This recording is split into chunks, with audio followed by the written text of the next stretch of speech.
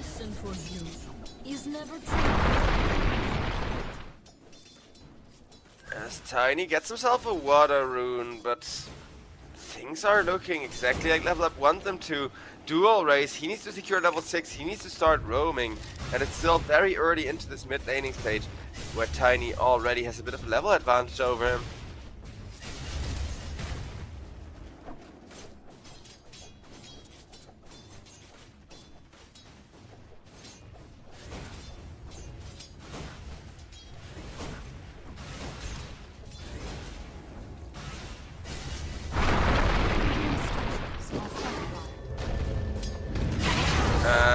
Shadow Fiend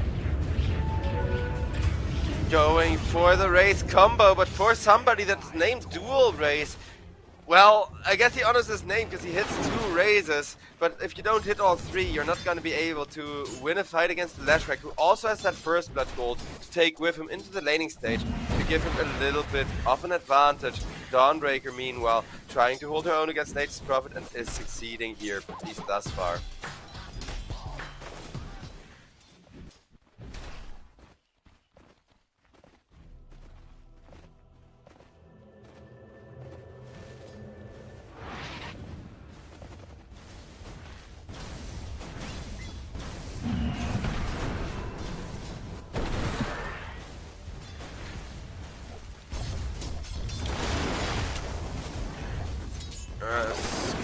Gosh, fine for now. Does need to be careful that he always has like a Quelling Blade or Tangos on him to be able to escape the magical harass from the Nature's Prophet, but other than dealing with that magical harass, Dawnbreak's the kind of hero where you're just too tanky for Nature's Prophet to kill you.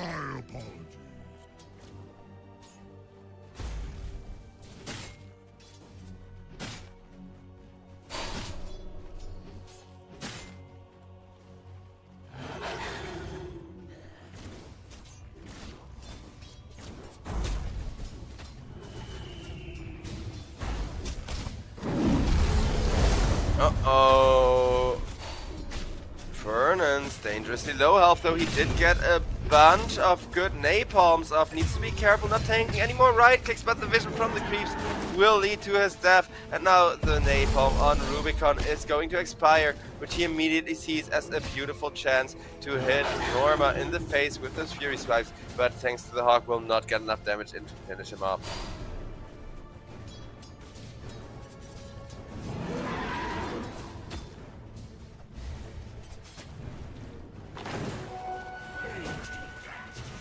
Radiant are scanning.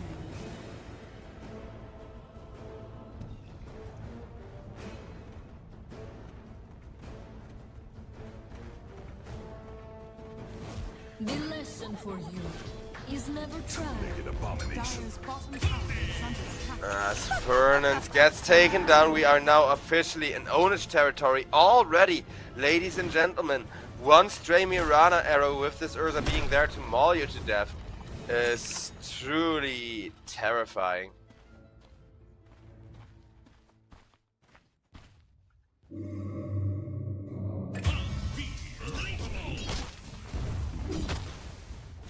Radiant's top tower is under attack. Dire's structures are fortified. The onus is just gonna continue.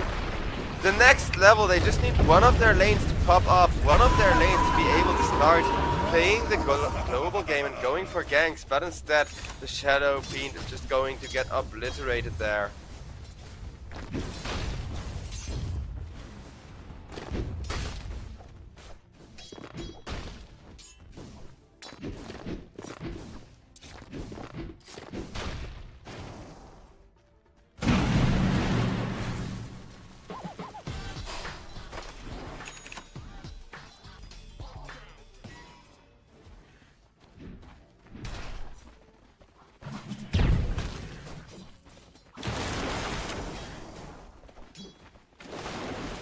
Gash, able to get himself away on the Dawnbreaker.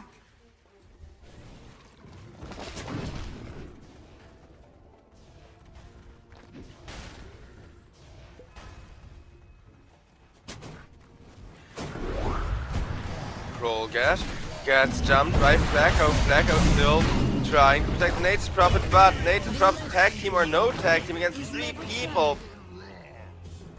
Oh, that was beautiful.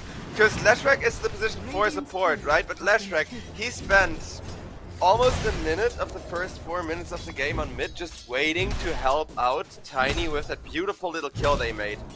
And Leshrac, while being far behind from having done that, did make sure his Tiny snowballs. Now Tiny comes into the lane, returns the favor with an avalanche toss and says, no good game for you guys.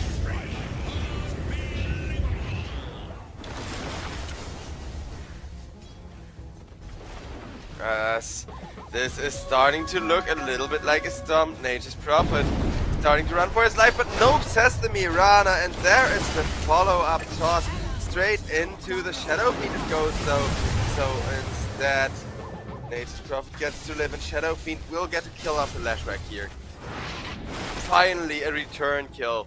Well, it may just be a drop on a hot stone. It can very quickly turn into a bit of a game changer here.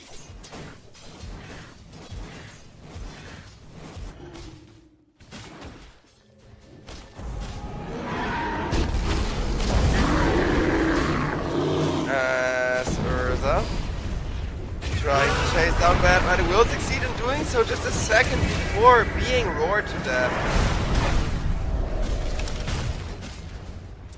Krolgash also taken down with 1 or 2 more right clicks from the Beastmaster, and then Madsen will get the return kill there with the help of the Tiny.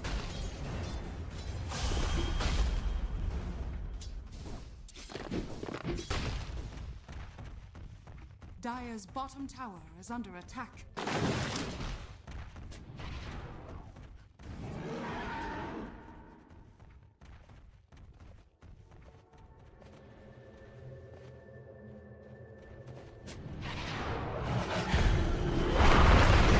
As out comes an avalanche 2-man toss. Leshrac dies for it, so it will just be a support for support trade. Alright, Urza though, once more, and he will be getting more with the amazing amounts of physical damage that Rubicon is capable of outputting right now. Just dealing with a bunch of creeps right now. Radiant's middle tower is under attack. Radiant are scanning.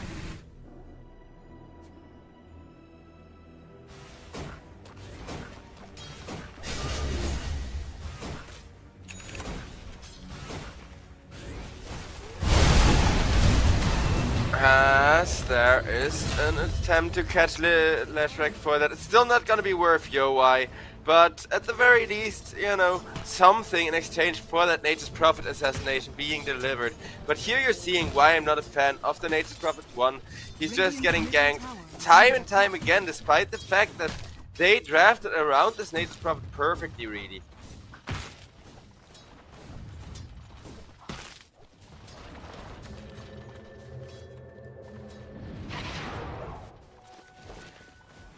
Radiant's middle tower is under attack.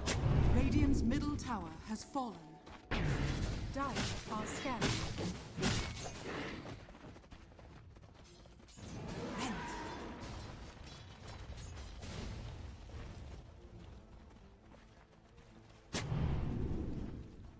Dire's top tower is under attack.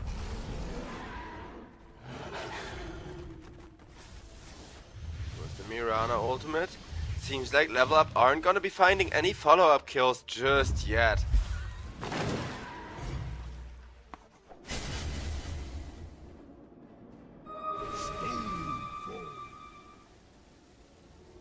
Dire's middle tower is under attack.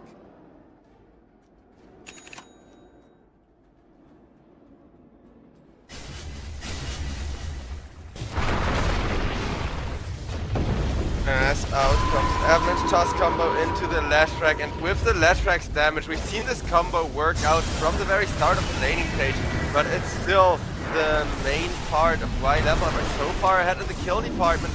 Level Up now going to commit all of that damage with a Solar Guardian onto the Nature's Prophet and then the Bad Rider, making sure that every time Nature's Prophet gets spotted, all the resources are coming out into Yowai's face, as Flacco also gets obliterated here.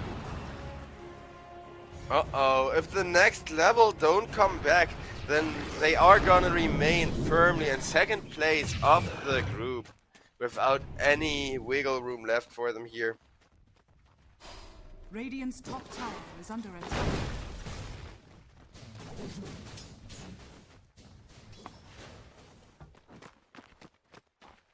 Radiant's bottom tower is under attack.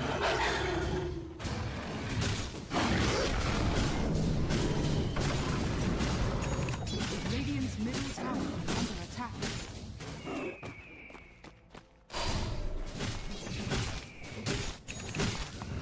Radiant's bottom tower is under attack.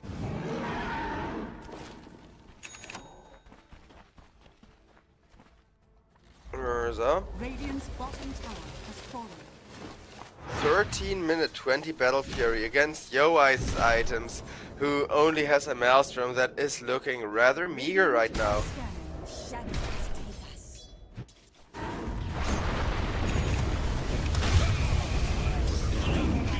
Radiant's bottom tower is under attack. Let's change the horizon. Norma taken down Beastmaster. He had an ultimate, but when you're being jumped during the Mirana ult, you just don't get time to press, you don't get time to respond. This patch, it does reward stun lock and being able to just go first and disable everybody, right? Radiant's top tower has fallen.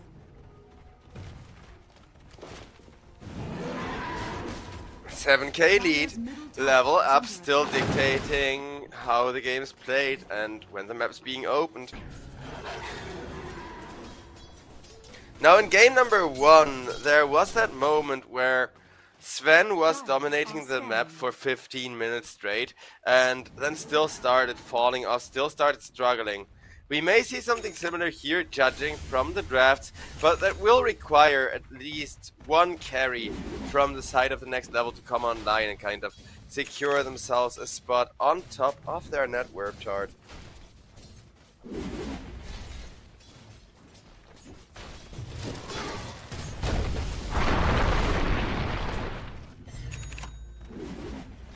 Dire are scanning.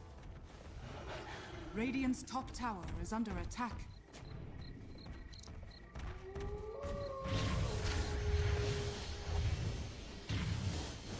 Tiny with the Blink Dagger Echo Saber combo, looking to enable that arrow for Mirana, but nobody is falling for that one again. Bad Rider meanwhile. Ooh. Playing a dangerous game, but he did get amazing vision and create a lot of space there.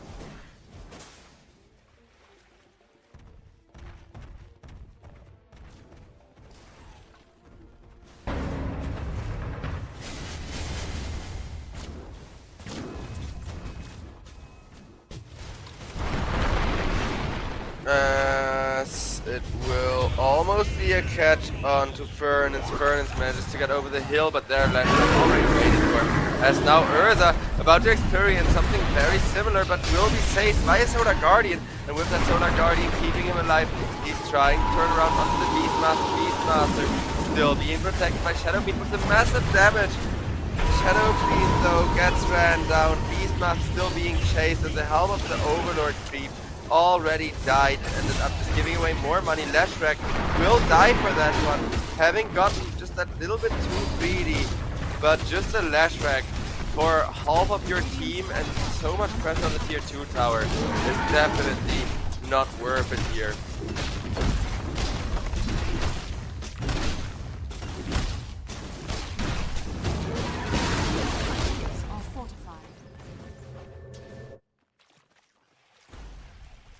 As we're going to see a teleport out of there.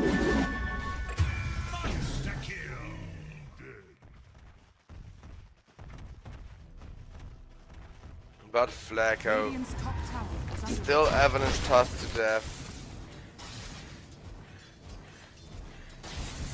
Radiant's middle tower is under attack. Yeah, Tiny, he may fall off at some point, but as long as he's able to one-shot you, just don't even get to press buttons in order to get to that point. Same with this Urza here. who makes sure that he's now just hunting Yowai, right? The one position of level up is just pretty much fully dedicated to hunting and ganking Nature's Prophet whenever he shows his face in the lane. Just blink dagger him, go for the kill, while Madsen comes in from behind, getting the support instead. Urza taking a lot of damage from Beastmaster, who if the dragon will be killed off. But Madsen just sees him as a continuation of his beyond godlike spree, smashes him down and gets himself a nice kill there.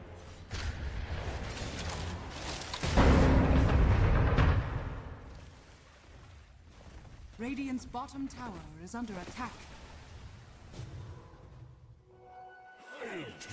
Thank you, you precious weak thing.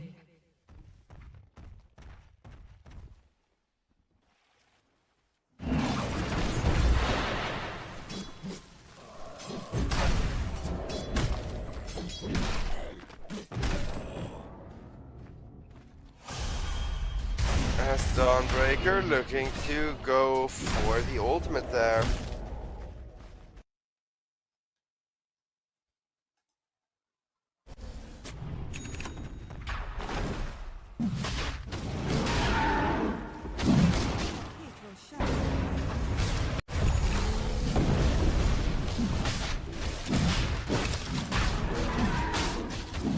With everybody from the Radiant zoned out, Yowai can farm for a change, but it will cost them Urza getting this incredibly fast Aegis.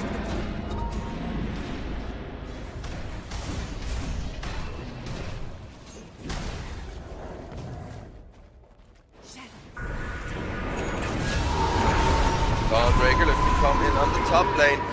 Tooth already dead, no saving the slash track, but with a spin and some big crits, they are still going to get the kill in.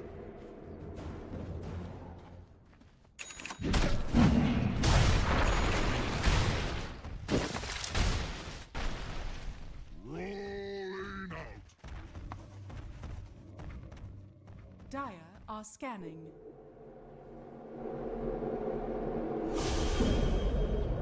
As out come the teleports towards the top lane from level up, who know, hey, right now the only way to kind of deal with this gold lead, deal with this massive advantage is to go for a Tormentor. But guess what? That Tormentor is already controlled and camped up by level up, who are just going to try and take it down before any kind of contest can happen. Nope, says the Bad Rider. Dawnbreaker hesitating for a moment, still attacking the Tormentor. May have been a mistake, though Punlo did get himself denied to the Tormentor. While Tiny loses the Aegis, Tormentor gets stolen by the Radiance. In comes Lashdrag with a two-man stun. Avalanche toss. So they sacrificed Flecko and Norma for an Aghanim's shard and like 200 gold. I'm not sure if that's worth it, really.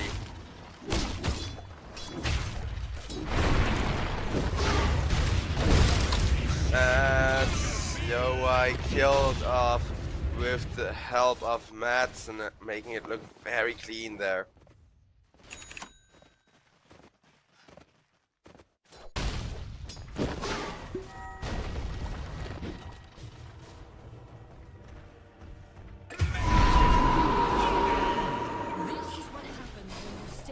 Dual Wraith gets killed off by Krollgash. And yeah, no Aegis, no Tormentor.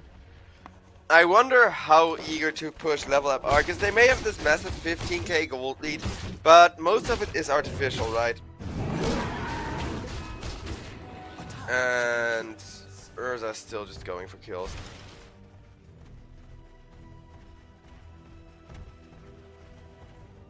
Dire are scanning.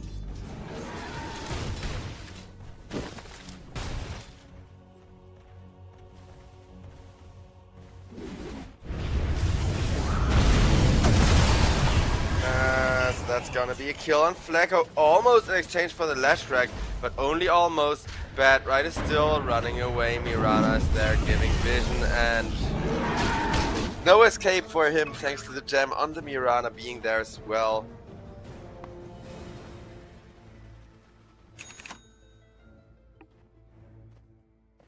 As chat seems to be starting to expect those GGs. Yeah, I can see an early tap out from the next level. Though do keep in mind there is a good starting spot online for them here should they somehow turn this game around still. I don't think it'll be easy though.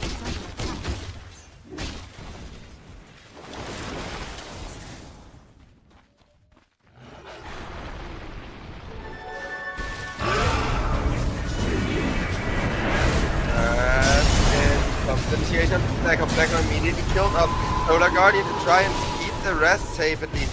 Tiny is tanking them all for as long as he can. May die for that, but nope. With the Avalanche saves his life. Urza doesn't get any follow-up kills either though as Marcy commits a buyback and they are going to be forced to back off on the side of level up once again. Gold lead however is still getting more massive and speeding up.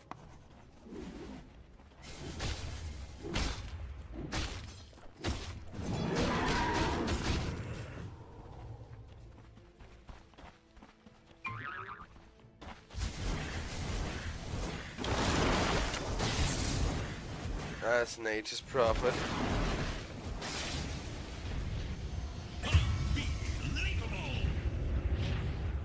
Dire's top tower is under attack. Dire's structures are fortified. These pickup skills, they're taking their toll. Urza, meanwhile, just punishing the Helm of the Overlord creep time and time again, saying thank you for the extra money. No split pushing allowed.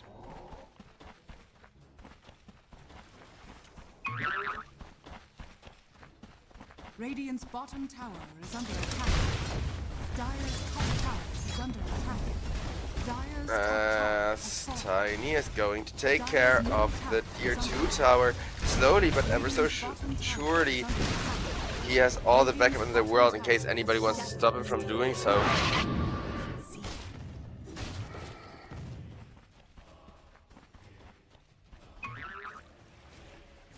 Radiant's top tower is under attack. As Fernand is done up, Avalanche toss, kill off, beautifully done.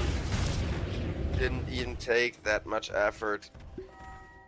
I mean, he did push out the lane a lot, but the only thing they're really gaining from it is extra farm for Yowai, and Yowai, like I said, he's just being camped by the Urza at this point. Rubicon hunting where and whenever he can, making sure Flacco just gets torn to shreds. He will get himself out of there again.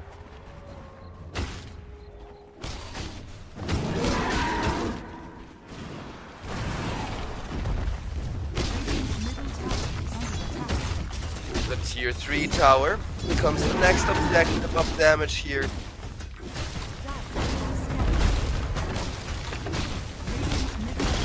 And it's gonna be Rex getting shoved in.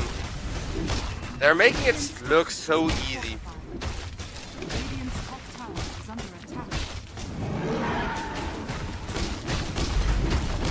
The thing is with level up's draft, the moment it falls off once, they're gonna fall apart fully.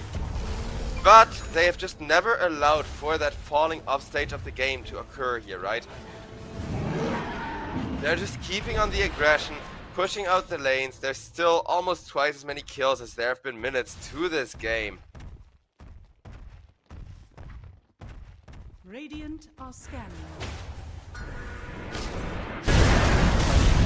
As that's gonna be a follow-up with the Solar Guardian from Krollgash onto Yowai there, making sure that he gets himself the unstoppable streak going. 24k up and running, and it's only gonna get more at this rate.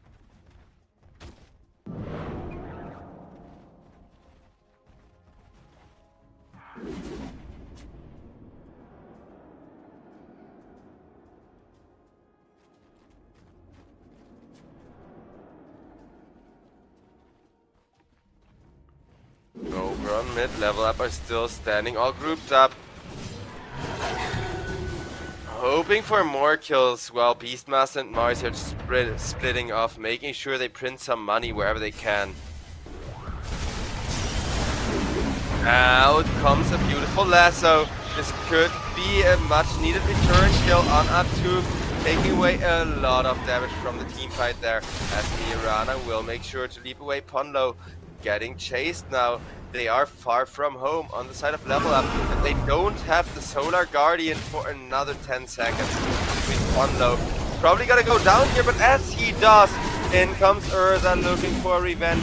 Will start hitting on the light here, and there's that Solar Guardian that they have been waiting for. Not in time to save the Lashrack, but in time to kill off Flacco and open up the map more. Tiny, meanwhile, brings in the creeps. 3 versus 2. It's not going to be easy pushing up the high ground once more for the side of level up.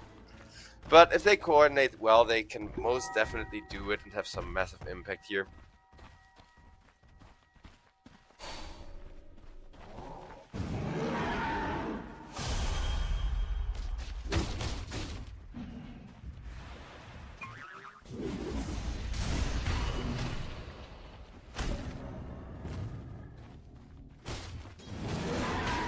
Dawnbreaker looking to go for the Octarine Core there.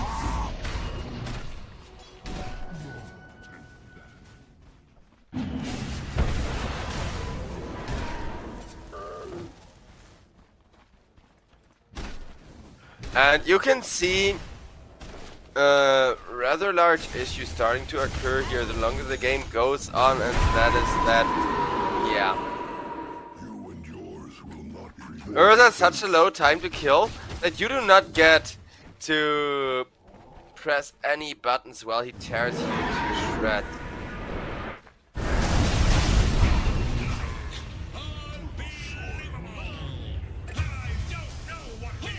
And with yet another Solar Guardian being used the moment it is off cooldown, Fernand is gonna be the first one to call it. Just 29 minutes into the game, with there having been a few return kills, but never even anything that could be described as a comeback, like they managed to facilitate in game number 1. Man, oh man, that was looking rough, ladies and gentlemen. I'm still a big fan of the Lashrack Tiny combo.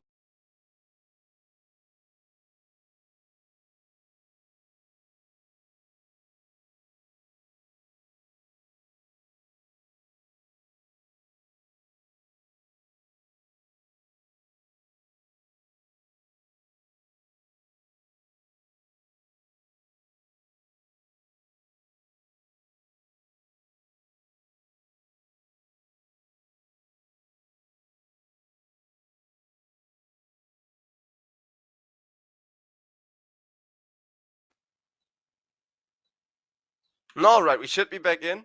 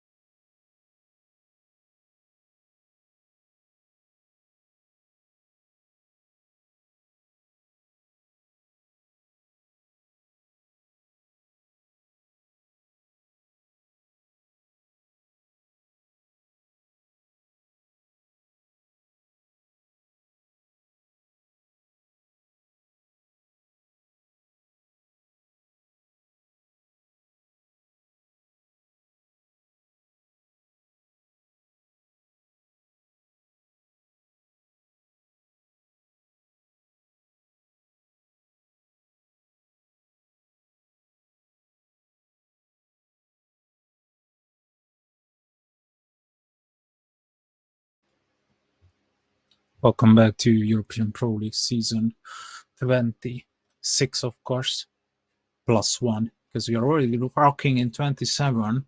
I was just confused because I'm always staring at Zero Tenacity, and I wonder how can they perform so differently time by time. In previously, they actually participated in other tournaments where they reached the finals, and they are back here in EPL. Started off the group stages horribly in 27 season. Even though that they're always maintaining a really nice total by themselves. Well, I don't know. It's just Zero Tenacity stuff. I actually like them. It's one of the esports projects that are really close to my heart. It's not really far from either. Impossible. They got Dark Below, Chakiro, Invoker, Magnus. So the good stuff is there. Magnus. Magnus carry? No, definitely not. Definitely not. Zero Tenacity, they pick up the toss, Chant, Storm, and Lifestealer. SE says favorite hero. It's gonna be the Chen. Yamich gets his task. Shoko will play the Storm, obviously, as he always does. Actually, according to Cyberscore Live, make sure to check out our partner. Stoikov has 42 games recently in the past competitive year with Storm on the professional stage. He won 69% of it. 69%. Special number. Now they will play the live stream and we are looking for Nefrit hero, right? What would be good here for Impossible? Something that benefits from the Magnus. Something that tight band. Something that's really good with the Magnus. Naturally, you would be thinking about melee heroes, but let me mention 2 ranged as well. In addition to the melee, we can have Troll, Sven, Ursa is banned, Tiny is banned, Terrorblade is banned, PA, and 2 additional heroes which are really good with Gyrocopter and Morphling. So, but Impossible, they have a last pick right here, so they can just, get something out when they want. Zero Tenacity, let's see if they ban a few of these, like Troll, Swan, PA, anything else. Troll is really good against Lifestealer, by the way, and Storm. It can surprise the Storm as well, and it can remove the Chain Creeps easily, right? I would love to get rid of that guy. Oh. Okay. What is Nefrit taking them? Darkseer. Okay. Impossible. Is it that PA game that you are hoping for to get? Okay. PA is good. It's been a long time since I last seen it. Sven is good as well. Gyro, Morph not anymore. I mean, Darkseer will make copies of you. Storm will jump on top of you, Tusk as well. Lifestealer. Okay, let me think this through. So Darkseer makes copies of you, actually, too, if he is planning to do so. None they can infest you. This is a very risky morph game, in my opinion. We'll see. Impossible, they got Champic with the Morphling, the usual squad. Alim on the Magnus, Rain with the Invoker, Matsurl with the Chakiro, and Kowal plays the Darkseer. On Zero Tenacity, we got Se, Stoikov, Nande Nefrit, and Yamich for the support. No Pablo. Is this the new correct lineup? Let me double check. I haven't casted that many matches in Europe. That's why I pretty much straight out just said the 26th season. What a crucial mistake you make. such a nice game today. Impossible currently sitting last with 1 point. They cannot qualify for the playoffs anymore. But Zero Tenacity can, and it's going to be a fun last 2 series because Yellow Submarine, Espoiled, and Zero Tenacity are looking to qualify to the playoffs, and we only have 2 slots left. So Zero Tenacity, they need a victory. And they need at least 1 point. Of course, Zero Tenacity is the favorite coming into this match. I think I just saw an odds on Cybersquad Live, 1.2 and 4, maybe. Let's go. Let's see if Impossible can surprise Zero Tenacity, or it's going to be Zero Tenacity just awaken. 4 in a row. Prepare for battle. The tide has turned. Damage. Let me double check. Yeah, I mentioned Paolo.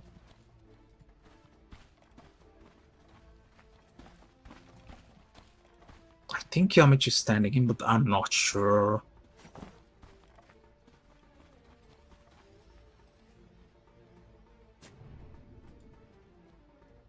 On Impossible is the usual squad, yeah.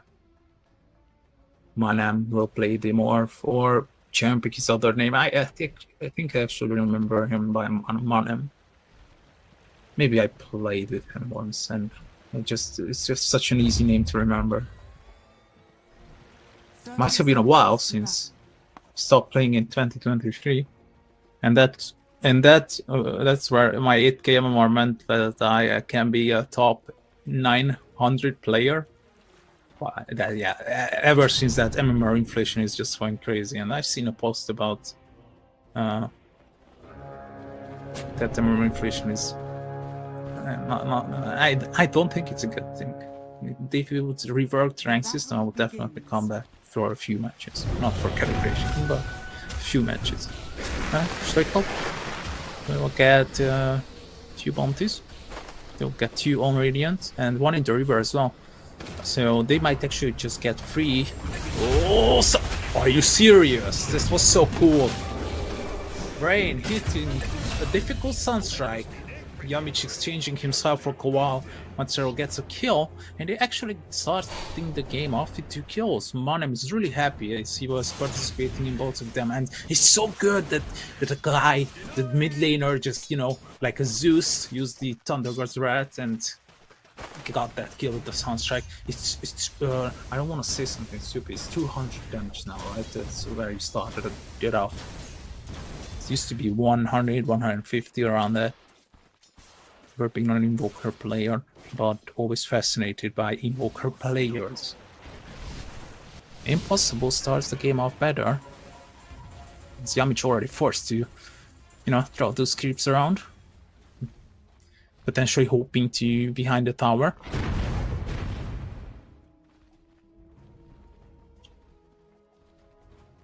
And, yep.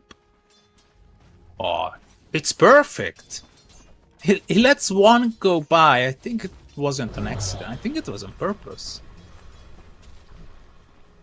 Man, now he's hunting down the Jakiro, who was eavesdropping to get some experience.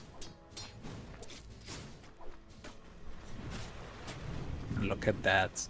A wall wave deleted. Manam is angry. Jakiro, Masaru is a wise man. He's substituting the missing farm with some creeps in the camps. So, but the other one is blocked out. Oh, it's not blocked out anymore. It's being deported. Oh, it's blocked out now! Oh. It's always tough to block camps against Jakiro. 1 more right click and Manam, 72 damage. Magic went 3 branches. Manam Doda.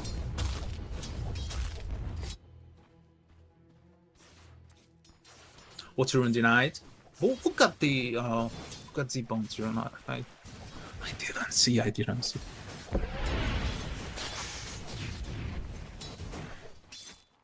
3-1. Considering last hits, it's a bit tiny. Bit Zero Tenacity feared. So yeah, Zero Tenacity, they need a victory for sure. For at least 1 map. But if they can get the 2-0. This will have them 8 points, which is weird because Yellow Submarine and Espoiled, we can have a free team tiebreaker. Other than that, two teams having the same, sharing the same amount of points. Stoikov will be solo killed. What's happening? Invoker order. The start. The Sunstrike. It was all aligning. So it's possible that we have a freeway tiebreaker. It's the opportunity for that is really rare to be seen. But zero tenacity, the chance is always there, but they need a 2-0 there for that to happen. And they need a 2-0 and zero tenacity, and Espoiled has to win 2-1 against Yellow Submarine, which doesn't sound that difficult for Z10, but might be for Espoiled.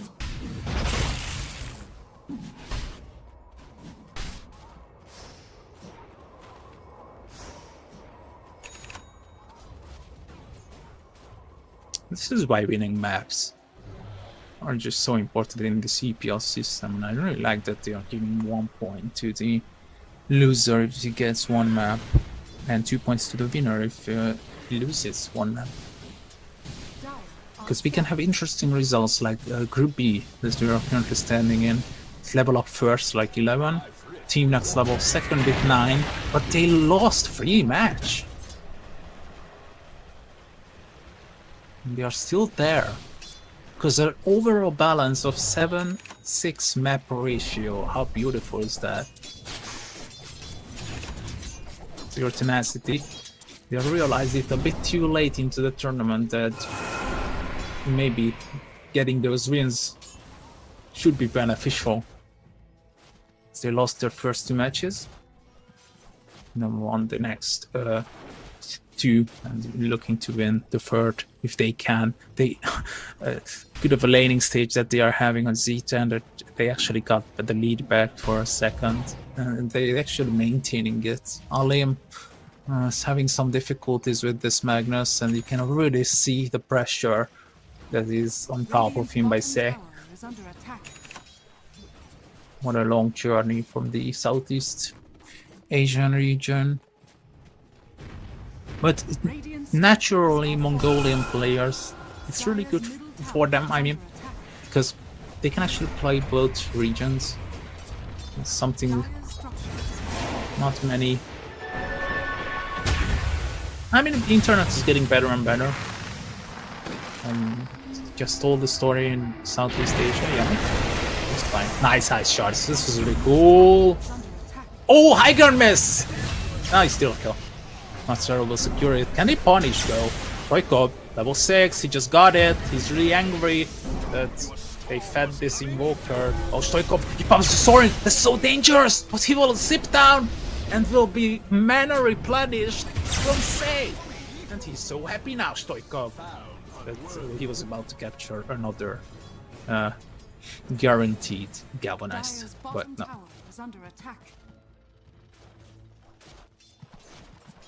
Nande. This is a good life stealer game, it seems like, for him. He's really enjoying it so far.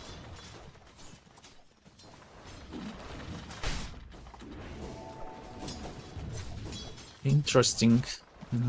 Shakiro just overtaken the Magnus, yeah. The same time Observer was pointing it out as well with mouse. Shakiro. He got an arcane boots already. Sad story for Alim, he's just watching. I don't like his build. I don't like his build.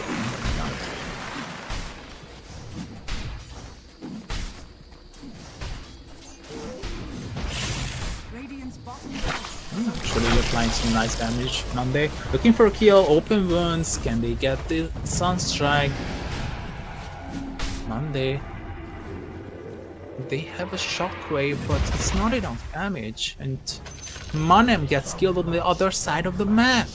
which is a great vital mistake because it was so obvious and they were communicating it that Lifesteal is just pressured by 2 heroes and Monem is just farming.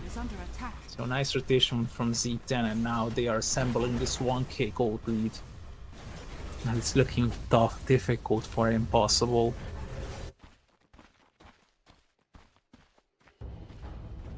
Look at how far the Chen and the Jakiro are. Okay, never mind. Sunstrike. Radiant are scanning. But no points in RP. How did that happen then?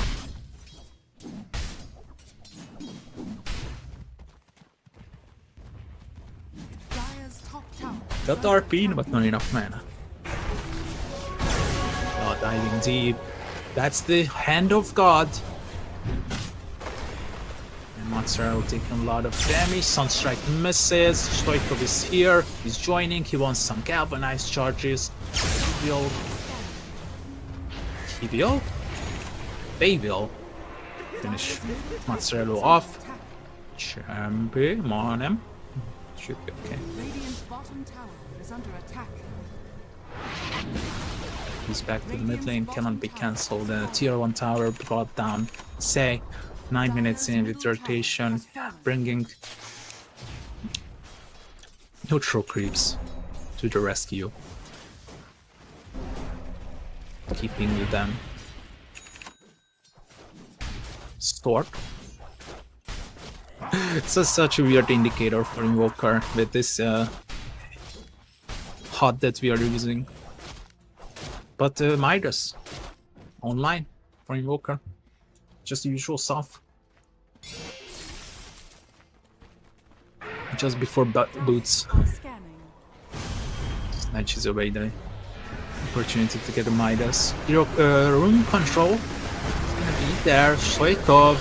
Oh no, nice ice pad. Stoikov should be fine. It's okay. No channel. No channel thing. Anyone's watching Invokers, he's in trouble. Kowal will get killed as well. And now with the blood grenade thrown at Matsuro, he's not 6. He went all the way, what, to 3 points in the liquid fire. Damage, can he change himself? Nah, it's way too tanky. Radiant's middle tower is under attack. Dire's bottom tower is under And the Divine Favor. Hand of God was not available, that they didn't need it. I was actually looking at, we had another Chen game in, I believe, Southeast Asia. And Dire's I was bottom talking tower about is how, under attack. it was Chen with Alchemist. Another old school combo. And I was talking about how great it would be if the Alchemist is 5-slotted, he doesn't go for the 6th item, but picks up the X for the Chen, which I consider broken. It's absolutely insane. You might see it this game. You can never know. 3k gold is for Z10. They are assembled this early game pressure now, despite the impossible starting the game off with a 4-1 lead. Is under attack. And Monem still keeping up the nice farming amount. But look at it, it's matched by the Darkseer Nefrit, and it's thanks to Yamich. His creep manipulation, creep lane equilibrium manipulation that he was doing. Was insane. Pinewood Stalkers ready to throw those pine woods. And stalk people. Two super players hoping to get 6 on the mid lane. That's such a heartbreaking thing to see, because one has to leave for the other to get 6, and it's go out Radiant's giving top up on tower it. is under attack.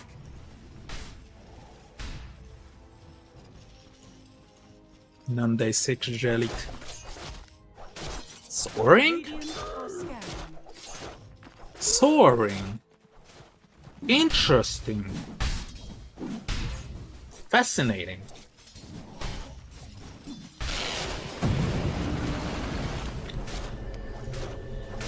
And the fixed TP back home. It was taking a lot of damage. It wasn't a TP back home, it was actually to tier 2. Netflix Vanguard. 5 next. Oh, can they chain stun? No way. Ownage. Z10, that was cool. Is under attack.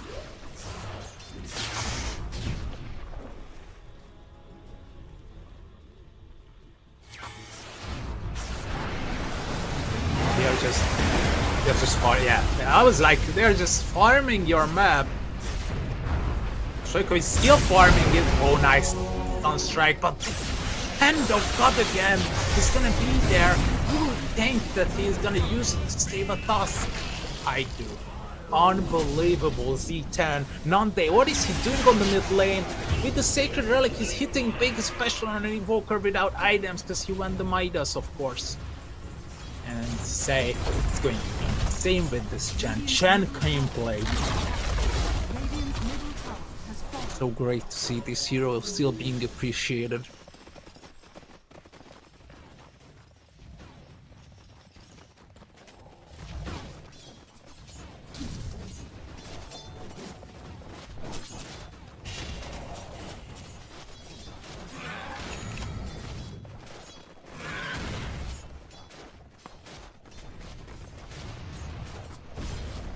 They're farming the stacks. Oh, this is heartbreaking.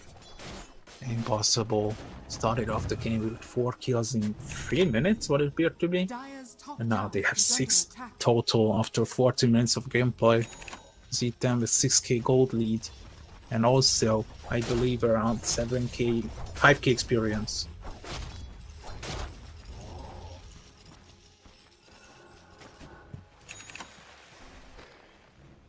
They're splitting up the utility duels perfectly, the two heroes between each other.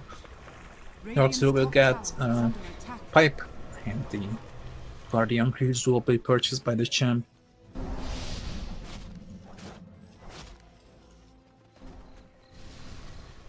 This is actually another good game for the Chanax, to be honest. It's not really needed. Radiant's middle tower is under attack. It's really hard to explain, but the TLDR overall state of the Chanax is you keep channeling Hand of God for an additional 6 seconds. Nice the ward. And you keep applying heal over time every 0.5 seconds. And around you in an 800 area, I believe it's 800, people are getting free BKBs with 60% magic resistance and status resistance. Insane. Don't think this was... Well, as long as the rage is there, you can invest. Well, this is not looking impossible. You used everything to get this kill, but Nande not even damaged. Divine Prower keeps him alive. Hand of God not even necessary. And he's just running down this poor hero. It's level 6 versus 12. Stop it! And all of a sudden surrounded. Merry Christmas, says Yamich. Radiant's top tower is under attack. Uh-oh. Radiant structures I'm running are away with fortified. first map. Look at the top left side. We used everything. And it wasn't even scratching the lifestealer. Attack.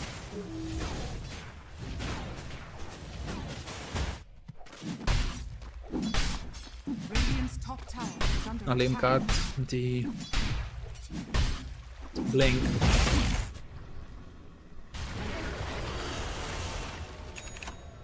Free to pipe up. Blink next. Perfect.x game.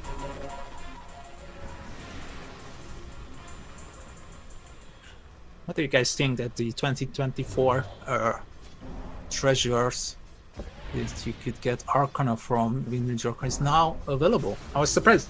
I was looking through the Steam market yesterday and I just saw $60 for it. I was like, okay, this is someone is bugged it and it's being abused. Now it was already released, which I don't like because exclusivity is a special thing, and back then I was biking myself because I couldn't get to Ninja Arcana. Now I can get it for $90. Come on, Bob. Why? Maybe one of the wall employees didn't get it. RP onto one, Yamichi will be scuba back, but the Hand of God comes out. It's really been really oh, they're diving deep. They got vacuum as well. Yeah. 3 years though. Bottom tower is under attack. Stoikov. This is the mentality of Z10. He's defending a tier 1. Is under attack. Radiant's middle tower has fallen. It's so nice. Sammy constantly keeping some creeps around on this, so he can always infest some of them. Is under attack. Can you disable, by the way, the infestation? Yeah, if you disable. It's really weird that the main creep has a hero bar, but the others maintain the usual neutral. Tower has fallen. Same works with the Dominator.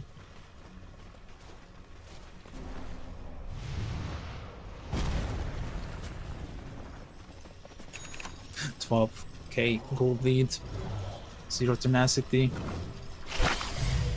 It's just about to be going high ground. I think the ocean is what's separating them from it. Are you serious?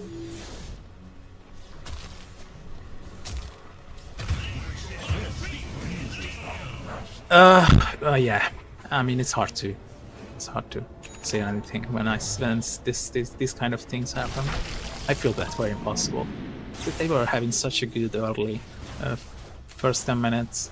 Ever since Radiant's top 0 tenacity, catching up in kills, they are just running away with the game for free. And with an exceptional gameplay.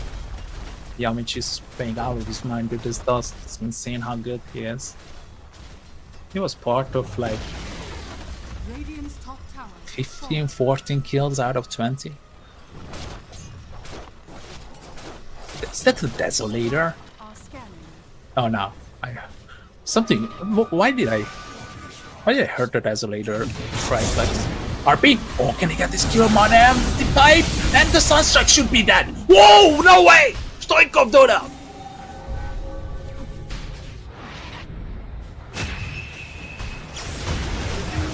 And chain stun once again from Yamichi. So good with it. Too late with the Cataclysm. Too late. Stoikov has faster fingers.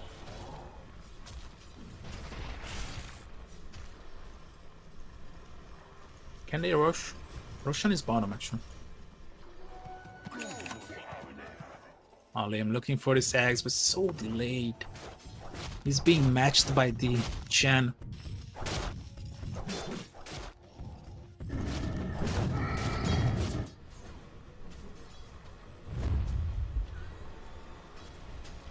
Remember the sound of the mom. It's just so satisfying back home.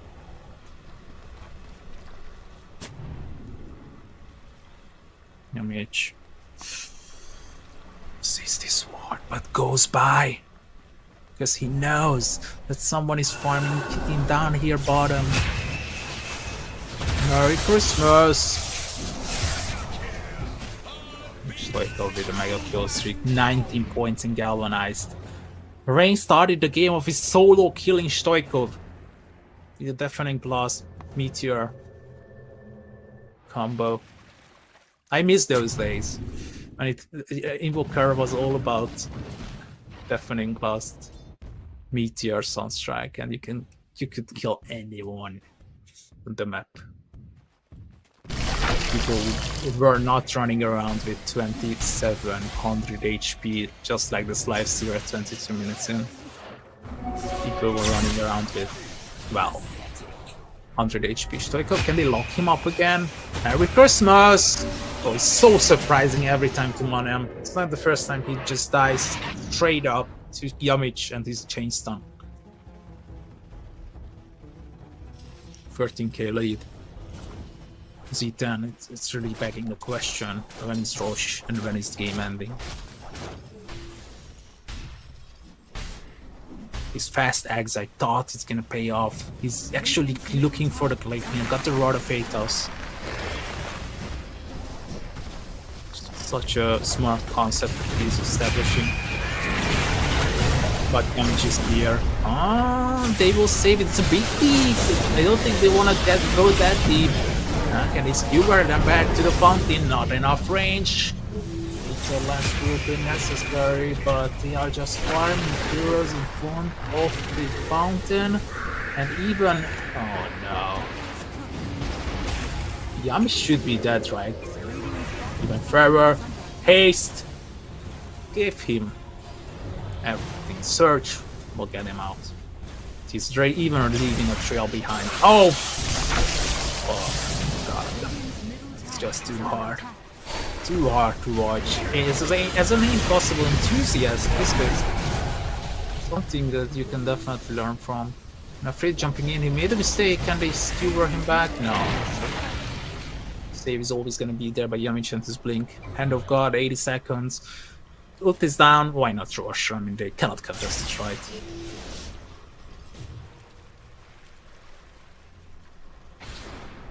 My thrift rewarded. Roshan will go top soon, so better take it now.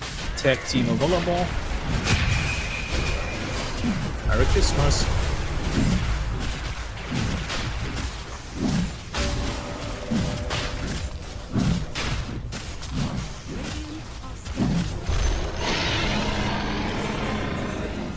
They will take down Roshan and they're picking up the Aegis.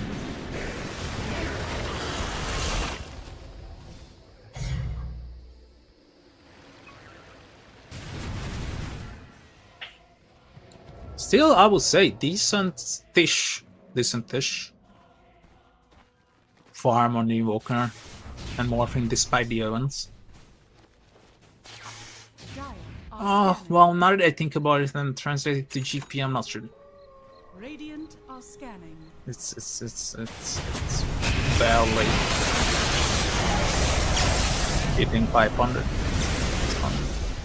Around that. They'll just clean them up. Magnus only dying 2 times this game, but it's just so important to do that. Invoker 8. Stoikov is just unstoppable. I don't know how to stop them. Solar Crest available is there now. It's about to be delivered. Shen is rich. Dusk is rich. Zero tenacity. So, I mean, they already got game run. Just about to be wrapped up. I think they can try at least once or twice with this combo. Cataclysm actually deals a lot of damage. Let's see if they can execute. 20 seconds until the Invoker is going to be available. Wake up, jumping in. He's looking to delete the hero just before the Magnus gets back. He will dodge that more than likely. Oh, he doesn't. I mean, he got fire and Sunch, doesn't mind. Invoker is up in 5. Let's see if Z10 respects this or they will just stay around and keep launching on these buildings.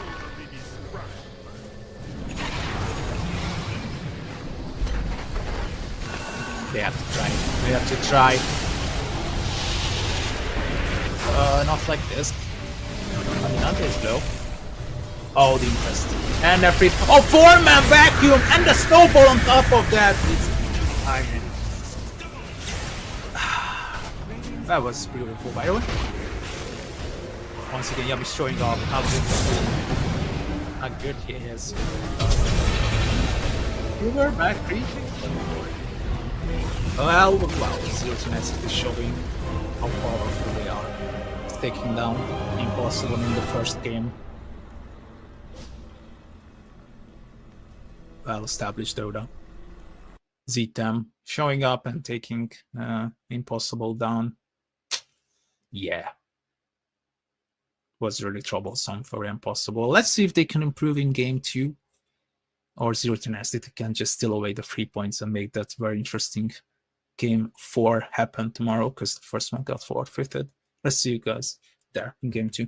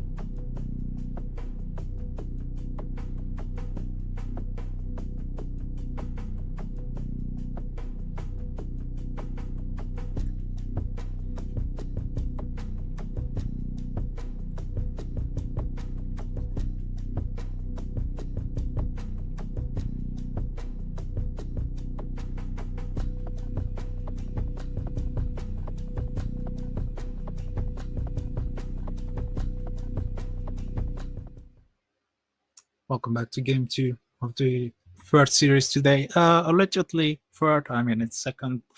We got that forfeit and quantum story. If you're interested in it, you can read our social media posts on X. But let's focus on this game instead. Impossible, we got Tusk, Shadow Demon, and X. So they stole 2 out of 3 Yamich heroes, but there is 1 left. Wait, why is there 2 Jakiros? Wait, what? Why do we have 2 Jakiros? Is that one of the Okra Magi dressed as Jakiro? What's happening, guys? 2 Jakiros? I mean, what's better than 1 Jakiro? 2 Jakiro? I mean, that's 4 heads. Think about it. Yeah. 2 Jakiros. Here in EPL, guys, first and foremost. Only in EPL, it's possible. Zero Tenacity actually cheating a bit in the lobby. They get 2 Jakiros. Of course, for reality. I guess we'll check out Cyber Squad live after the draft. But for now, let's stay with the 2 Jakiros. I mean, it's Yamich and Sei paying them, right? But then the Dark Widow has to be core. Puck mid, right? Puck mid. Dark Widow. You get Jakiro for 4, then Jakiro for 5. Dark Widow can play carry, and you need an offlaner. Impossible, they got Void Spirit. You need a carry, right? Yeah, clean. A Monem hero, no Naga. They banned the Clockwork? What?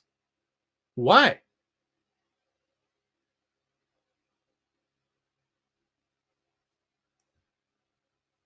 Two Jakiros, clip it and ship it.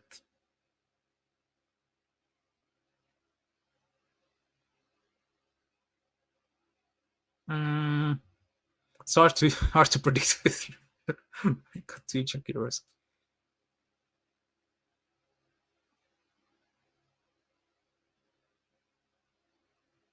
Shadow Shaman.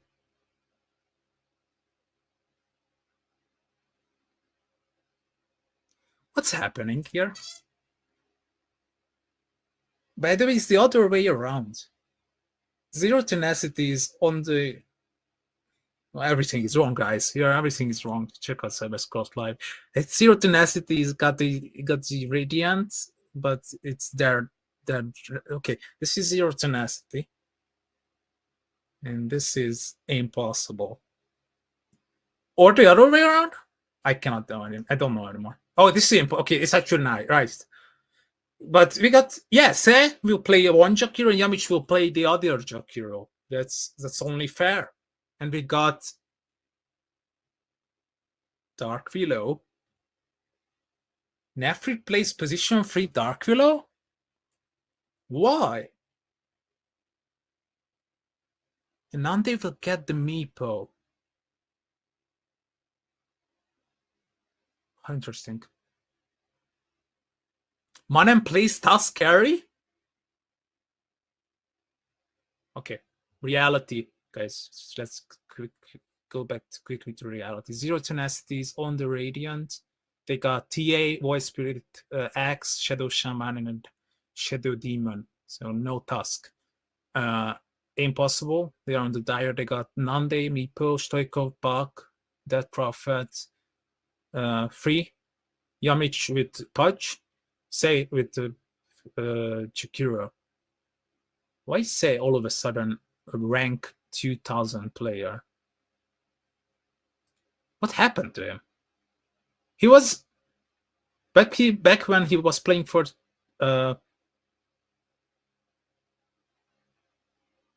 when he was playing for EPL Esports, he was like 13k. And when he transitioned to ITB, he was TPB. He was 15. I think he just 15. Well, this is Prepare okay. for battle. correct order and everything's right. Right. By the way, finally an opportunity where I can read chat and answer. 2-0 might just happen, yeah. Meepo by Nande.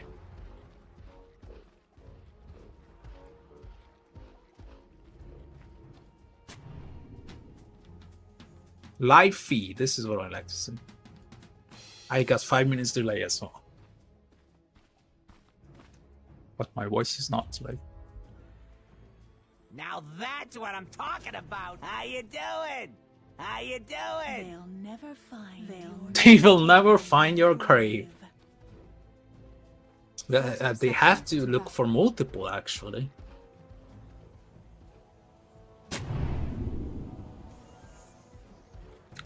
Let's see if Impossible can make Zero Tenacity sweat for their money or their potential playoff spot. As I said, it's a really interesting day for EPL. In Southeast Asia, we had 3 games, which all of them matter still. And Zero Tenacity, they need the 2-0. And the rare condition might appear as well today. If we get specific results, 2-0 here for Z10 and 2-1 Espoiled victory later. That will mean 3 teams with tying up with 8 points. Hey, what kind of scam you running here? Hey, what kind of scam you running here? Say.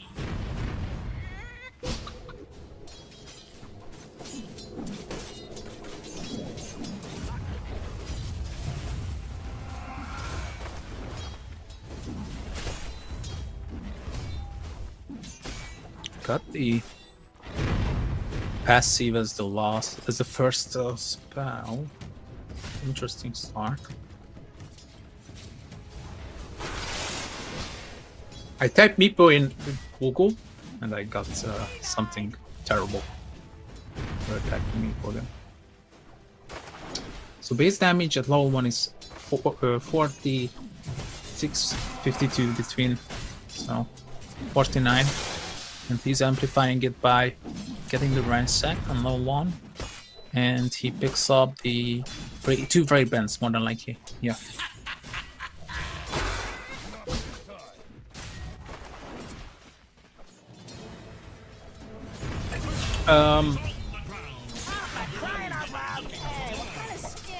Nafrit.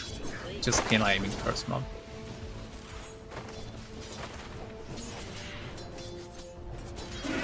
Damage with his hooks.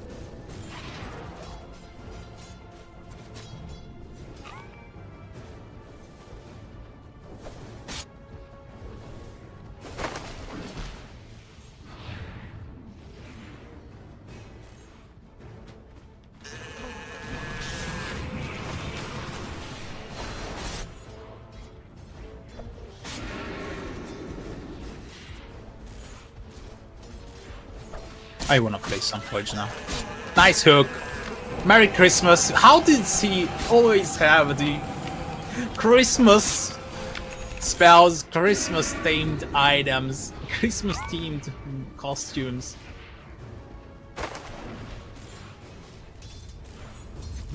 I bet he has a tiny Christmas tree as well.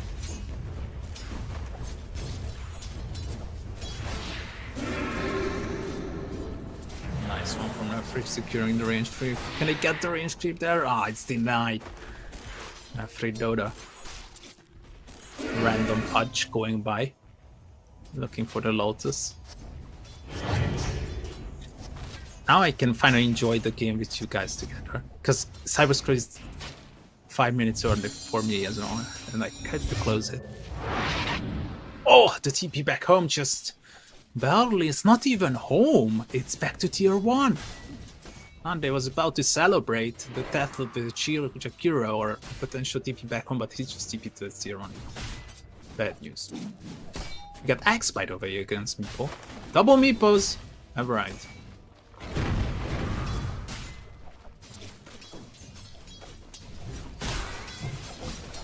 Axe. And Glyph.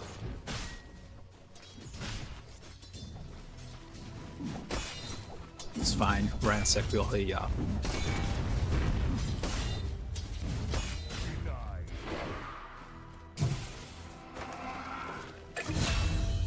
It's all good. Now they can just run. Oh yeah, Mitch. And they pull the creeps around as well. Mana and forced to lost it under tower. I don't think he minds. It's not that big of a difficulty for him. It's more like about delaying equilibrium going broken. Absolutely broken.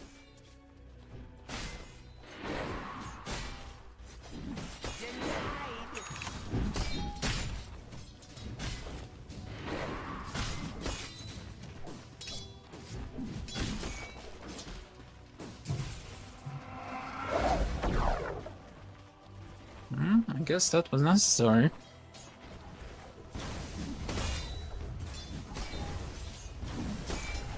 Radiant structures are fortified. Strike off. He returns the solo kill from the previous game. Will not leave it out. Insane. Stoikov gets the solo kill with the buck. Almost in time with the rotation on Koal. He cannot save his White Spirit. 3-0 start for Z10, and looking at every aspect, the Archer's doing better. Oh!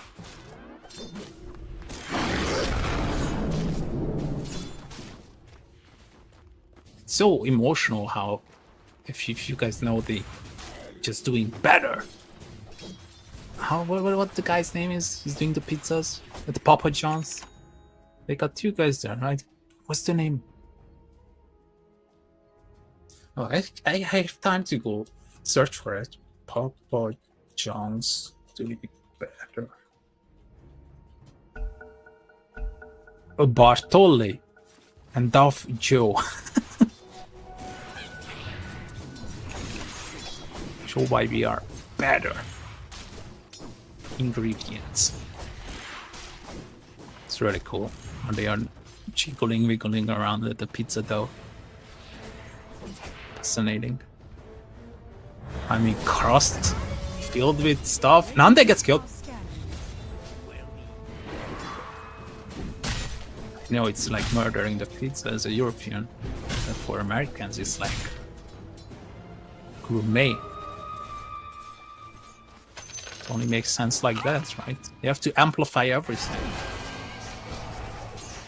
Koal running low. Will be killed by Yamich, running him down. Rain should be fine. He got the bottle. He's healing himself back up. And they can apply a lot of pressure. And Stoikov knows. He did not go for the... He could hand for this Joystick Rift. And not the curveball. I'm disappointed, Stoikov. Old school player. Old school habits. Middle tower has fallen.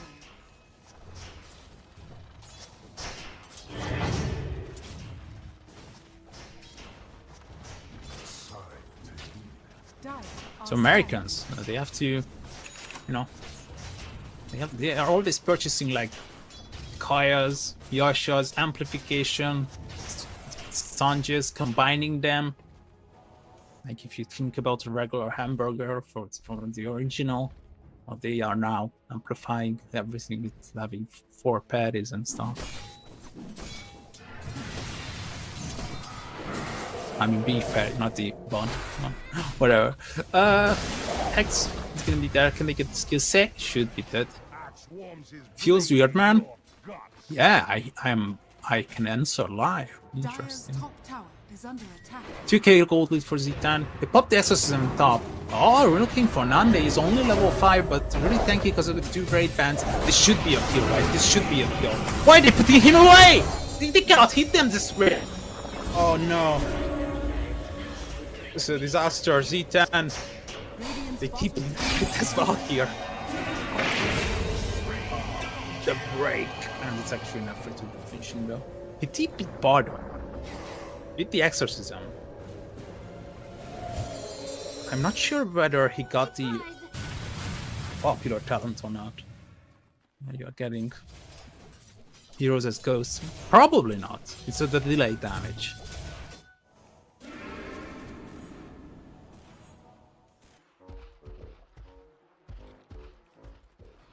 Yeah, Mitch. all of a sudden ascending to a core hero and happily farming these camps. Camps is gonna be Manem. Happily farming the creeps in the lane. It's gonna be the Jakiro instead. Dire's bottom tower is under attack. I don't know what happened at the drafting stage, but two Jakiros, I knew something was wrong. Dire's top tower is under attack. But that start sounded legitimately scary. Dire's top tower will fall.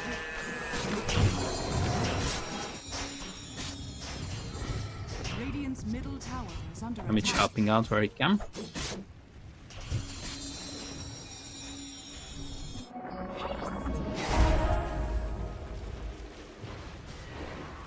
Poof, level 4.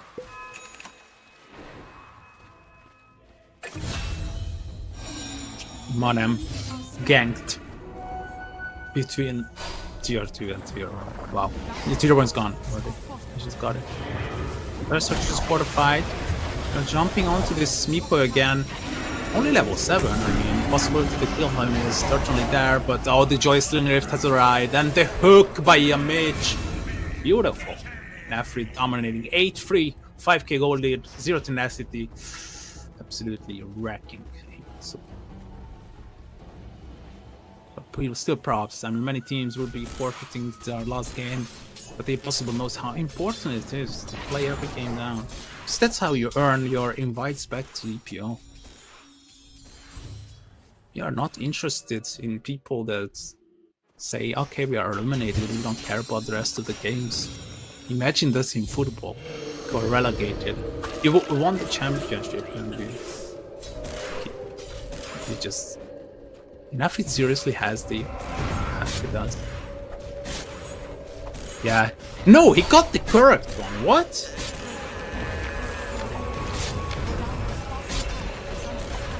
Maybe it's bugged. There is legitimately two ghosts there. We don't see the. I don't know. There are multiple things wrong with this game.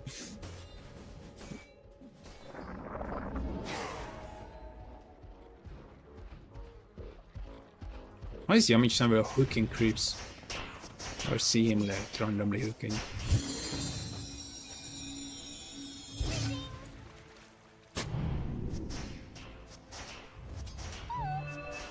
$5k gold, yep. 11 kills so far. Oh, big damage applied. Here comes Cole. Got 6, but use the Serpent wards. The other side of the map. Vanish. Damage is decent. Nande. Can he poof out? Yes, he's fine. He got the Diffusal Blade as well now. Rain is here. He really wants to kill Nande. But diving, yeah, Diffusal Blade applied. It's not looking good anymore. Say dropped the Macropire and no Exorcism, so the rotation is not going to be that big. But they can apply a lot of pressure onto this Void.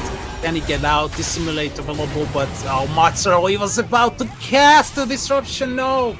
Now he's casting it himself, and Yamich will just get the kill, Nande with the double. I know just the place to plant.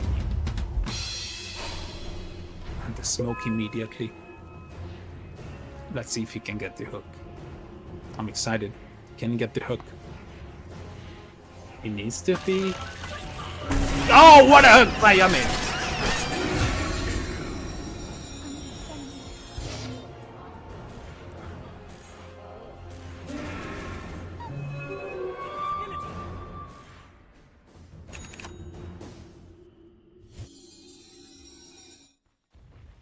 Was your man?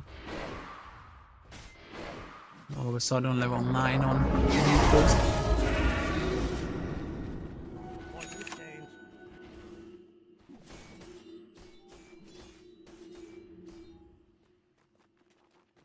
"30 attack speed." Yeah, with the axe. Okay, it's correct. Correct. Oh, Jesus Christ! That was before a creep just passed by. Was so cool, Yamich. Keeps delivering us though the pure Dota. If you start playing Dota, you see a lot of this, a lot of Dire's middle tower a lot is of these under guys like Podge, Pog, Radiant are scanning. maybe in Shadow Shamans as well. And they're so patient. Got the third beam pool up and running, level 10, yeah. Can they take Tormentor? I mean, it's 6 minutes later, of course, but I'm just wondering if they have the sufficient meepos just to do it by solo. This meepo solo, I mean. I'm really waiting for a hero to show up here. No, no one is showing up for a Shrine of Wisdom. So, they will steal it, I guess. Well, the reaction is gonna be big. The hook! He was guessing! He was raw guessing! Jesus Christ. Z10. Destroying the impossible.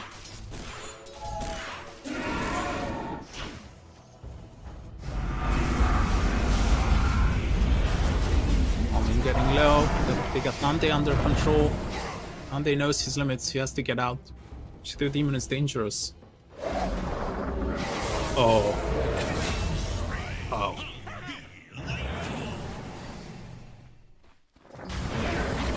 Escape, of course he can. That tube shadow poison is not enough. Dire's top tower is under attack. You can keep one here. You can just TP back on it. Yeah, I was about to ask if it's X time. Yeah, X disperser for Nande. No blink, right? No, you don't need it.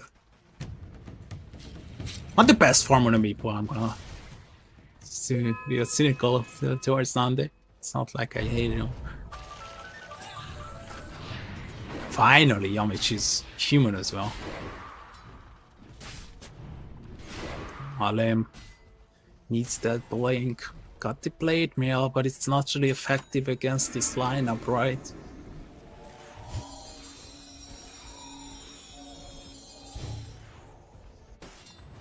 Oh, what an interesting ward! Oh, that's a really weird ward. Dire's middle tower is under attack. Strike up, pops the shield turn. Manam, Hookma says.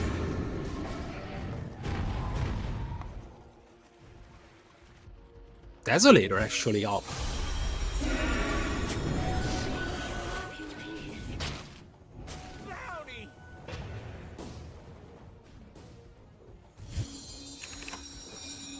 Radiant are scanning. They're looking for heroes. Dire's middle tower is under attack.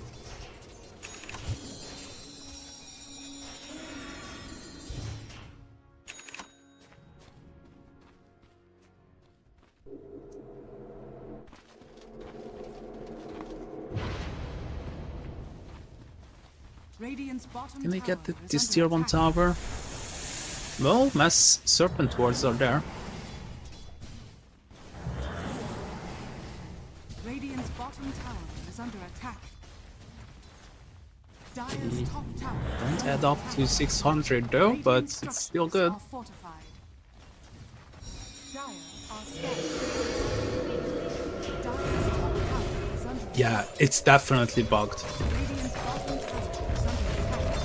Radiant's bottom tower is fortified. Let me double check actually.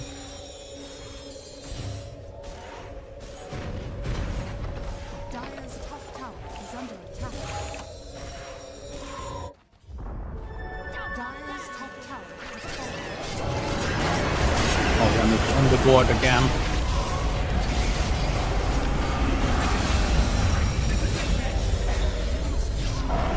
They're just unstoppable. Insanity by Zero Tenacity. And poor Monem. His farm was actually decent. He's still decent. I will go down. AD Ruin, working favor, Stoikov. Can he TP out? No, because he hexes himself by his nature.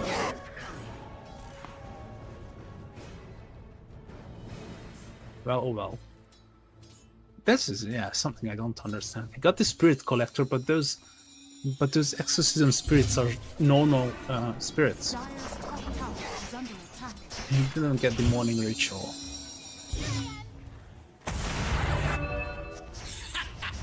Dire's middle tower is under attack.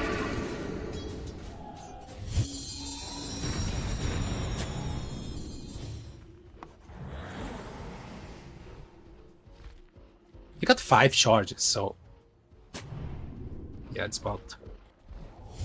Maybe it's the interaction with this specific cosmetic item. Well, let me hype you guys up for the next game, though. We'll have one more.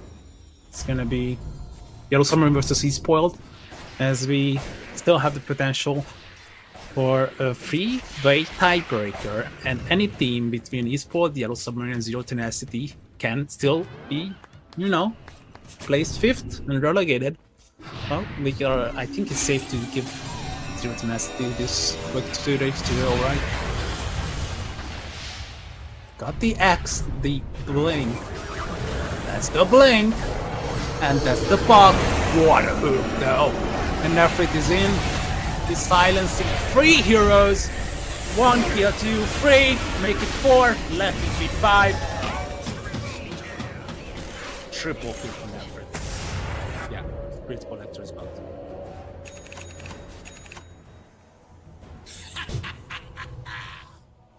16k gold ahead.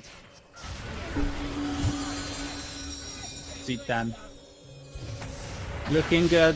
About to get their 5th victory in a row.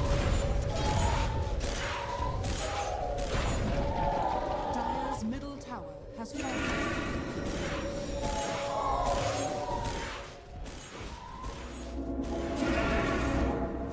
Roshan can be taken, its bottom. Get your Nepos there. I'll get the Tormentor first, actually. I'm really excited to see if the people can get it alone. Dire are scanning. No? Okay, it's doing.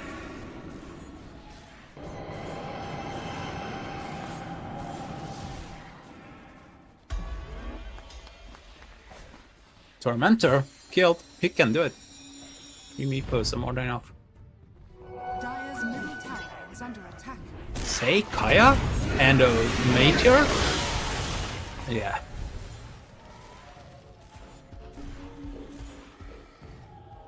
I mean, Ice Pad, 2 seconds. Yeah. 0.5 is the Meteor. As an OD player who is always beating the same build every turbo match, Midas, no, Meteor into Midas and so forth.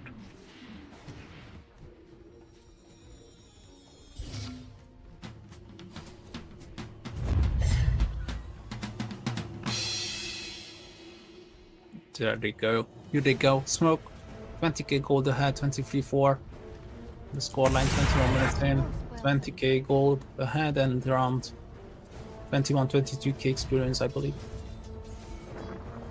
Smoke and smoke action. This is interesting. Stoikov's gonna break. He'll use the 2-man dream code just on the edge, catching Champic as well. Monem is being forced back by the fudge, and even Roshan's appearing. Oh, what a goal! Coming out, he will get 2. Alim all of a sudden is rich enough to buy a rapier.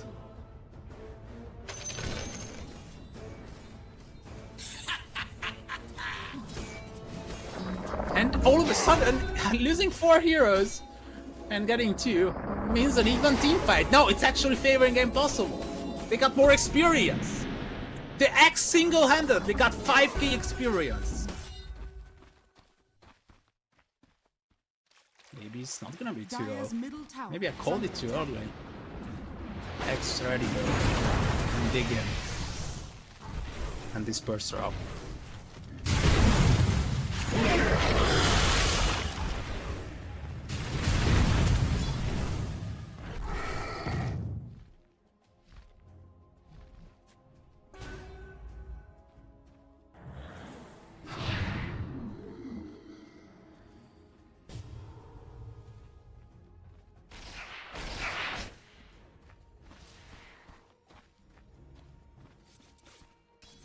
Well, not a close game, but impossible still hide it.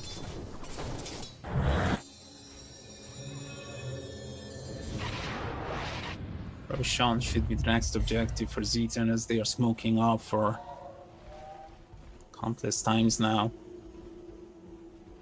Radiant are scanning. Oh, no charges at the Meepo, just realized. One name is dead. And they found this Shadow Shaman as well. And Meepo can rush. And potential high ground will be threatened. Which places aggressive wards. Not as fast as it used to be for the Meepo. Yeah, the proof damage is insane, you gotta use it.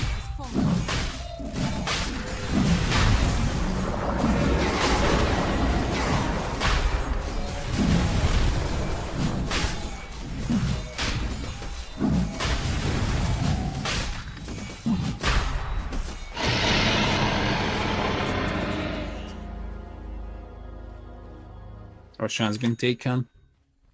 Oh, Puck is getting solo killed by the Void. Oh, he'll be okay. He will live. The Axe ultimate was not enough. It was so close.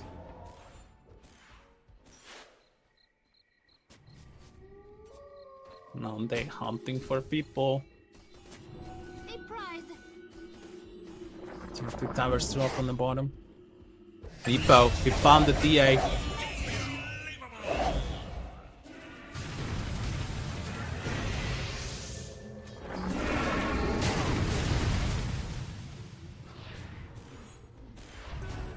Dire's courier has been killed. For a second, he actually queued up the Divine Rapier on Manem. It's really cool.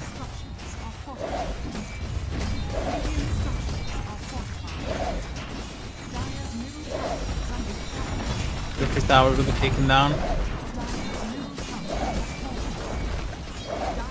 He's just chain rooted. Meepo Dota.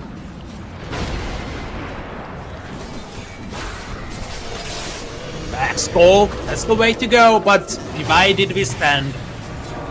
That's a sample. Now they running deep. This big Meepo stack. Afraid. A lot of damage actually. It's a bit too much. It's nothing he can do. The wall gets the kill, not free. He's down. Next to them, and Yamich is dead as well.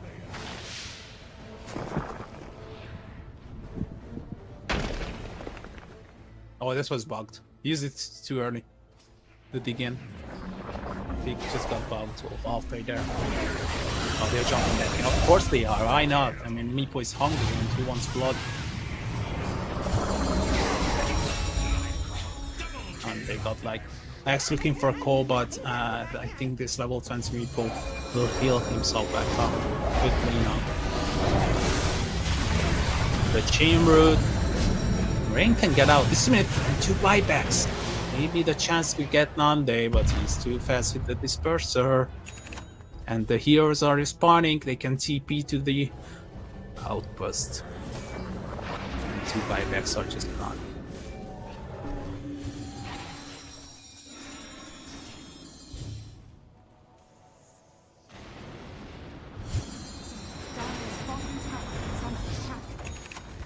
I think impossible. I got to recognize a few new names, and I'm really glad I did. Dire's bottom tower has fallen.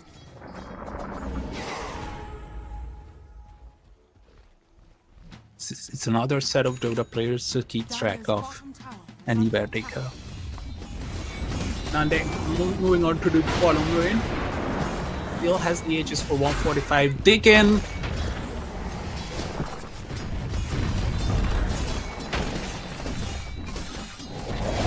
Why does it have? Oh, nice Expo once again. They will get the Meepo this time, and the silence is not good. Damage will catch the voice speed though. Can they change silence? Yes, they can. And the Meepo is back, guys. The voice speed is out for 45. He got the box for it. He's dead. Dunk him.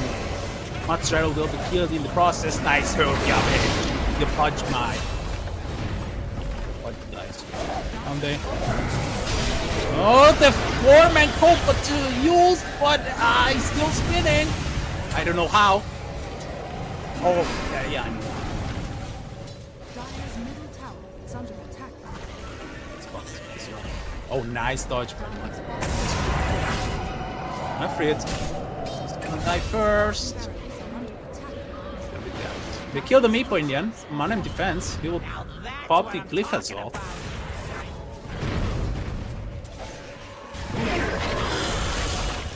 Oh, we are jumping forward. They can buy back on the axe. Yeah, the voice crit is coming as well. This might be the idea. They will get the kill nonetheless, but the call from Malin is great again. One kill goes through and the other should be secured.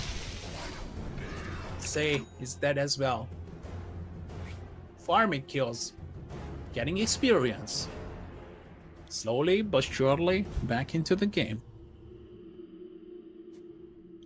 Well, 2 lanes gone. And your TA is died back.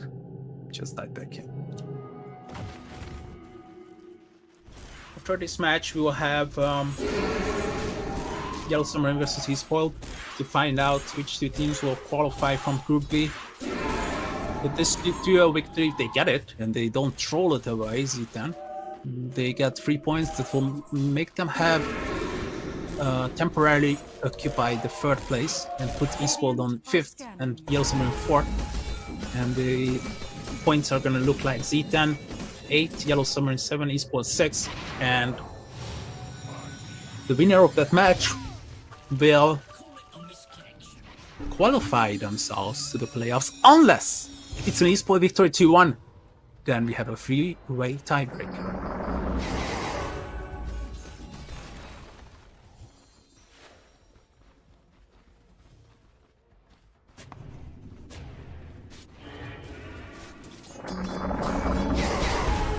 Right?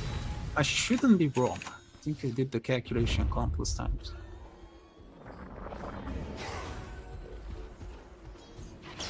Oh, Zero Tenacity, they have beaten both Yellow Submarine and Espoiled. That was not that great in this one.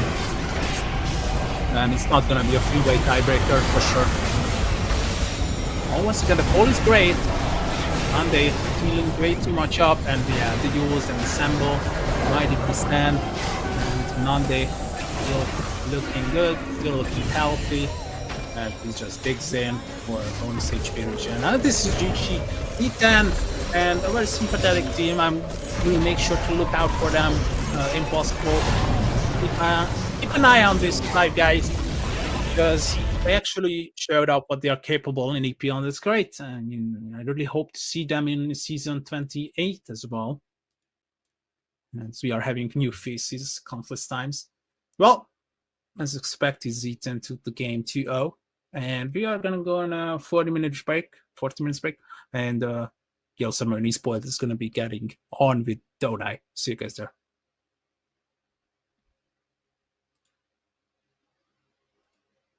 Thank you. Bye-bye.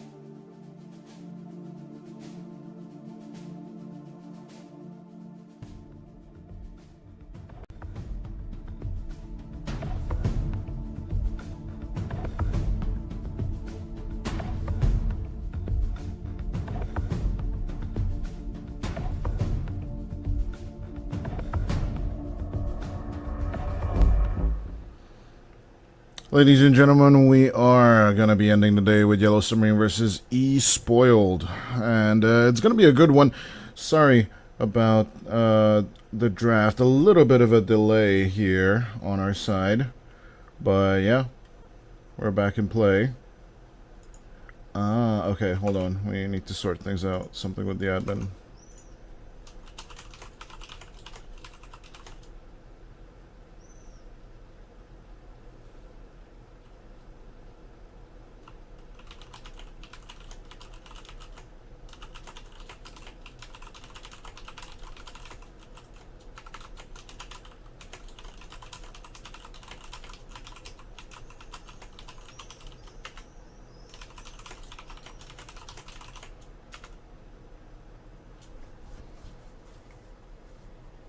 Not the admin, I mean the production side. Or read my Discord message, please.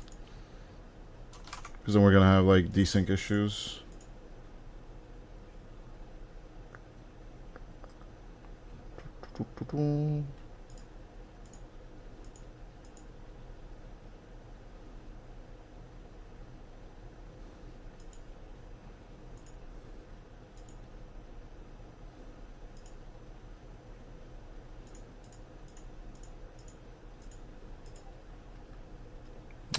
Okay, give us a second as, yep.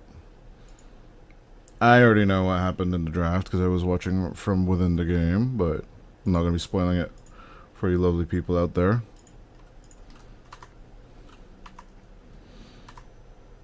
But yeah.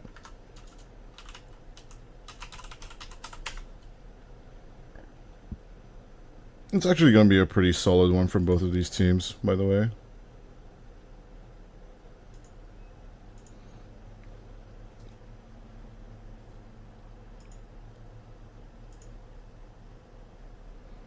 Yeah, let me just load this one up.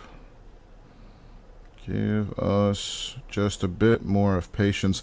This is going to be our last match of the day. FYI to all you lovely viewers out there, this is going to be a 10-minute delay compared to the live. No spoilers in the chat, but if you definitely want to get the live score, then check out our partner site CyberScore for those live scores, as we are going to try and get this feed up on my end at the very same time. Yep, it's going to be... I don't know why I'm even trying to pretend to be surprised. Yes, I did see that the DK is going to come out. I originally speculated that they're going to take the Beastmaster mid, but heads up, it's going to be a Dragon Knight on the mid lane for Salamat. As it's an interesting choice against the puck, nonetheless. Really thought that Kunkka would be the better choice, but you know, overall you live and you learn. We shall see if it'll work out overall. As even the match is not being ticketed, that could be an issue. Hang in there.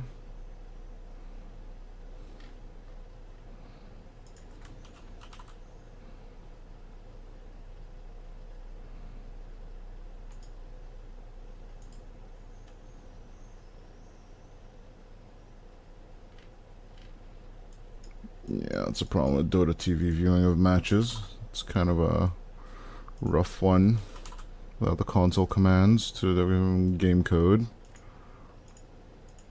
We'll figure it out in a second. Oh yeah, I can do it this way. Yes, this should work. To people who like watching the game with Dota TV and my voice, well, that's not going to be the case here, as it is going to be the carry, Muerta, coming through on the Yellow Submarine side. It's going to be an interesting choice against the TB, but, you know, maybe, just maybe, Bottega just does not prefer it compared to the Morphling. But, yeah, as we go into this game number 1, I think Espoiled's draft is a little bit more solid. Sorry for the technical issues. But, yeah, we eventually did manage to solve everything on our end. It is going to be a longer delay compared to the live views, so keep hanging on to that at least. But yeah, We're gonna head into game number 1 over here. Hold on. We are actually live. Damn. It's actually the first time we tried this kind of format. So we are not actually 10 minutes late, ladies and gents. I'm only 3 seconds late compared to you guys, so we can even make this a live chat experience or experiment if we want to, but yeah, throwing that out there. We are going to start off with a little bit of a pause here. Also, was one of the reasons why we had this little bit of technical delay, but yeah, we are actually just a standard 5 minutes delayed compared to the game. Yeah, with the facets coming through, I'm quite not sure how Yellow Submarine want to solve this one. Right now, yes, Infernal could definitely cause some chaos on the map, without a doubt. But the biggest question still, for me especially, is how do we stop Snowy from doing the snowbally thing? That's Dakor and Ryota once again going for the Bane and good old Marcy. So just these aggressive initiations. As of course, Salamat has been playing mostly the Ember Spirit, but this DK is not without merit. A draft similar to this one just slapped down Team Next Level not a few days ago, and I would not be surprised if Yellow Submarine would also crumble against the pressure, as Espoiled have a lot of talent going for them. But do keep in mind, Yellow Submarine is kind of the ipso facto, how should we call it, junior team of BetBoom, so a lot of pressure on them. But yeah, I'm definitely liking the Espoiled draft, that's not even a question. So for sure, I am leaning towards the Dire lineup. But let's see, it's looking like a triple rune play coming out from Yellow Submarine. They will manage to get it. Infernal just slips on the bounty of Snowy. We'll be looking to punish this a little bit, as the core not leveling up the Nightmare. He's just like, yeah, live and let live, says Noctasha's cheese wheel wielder.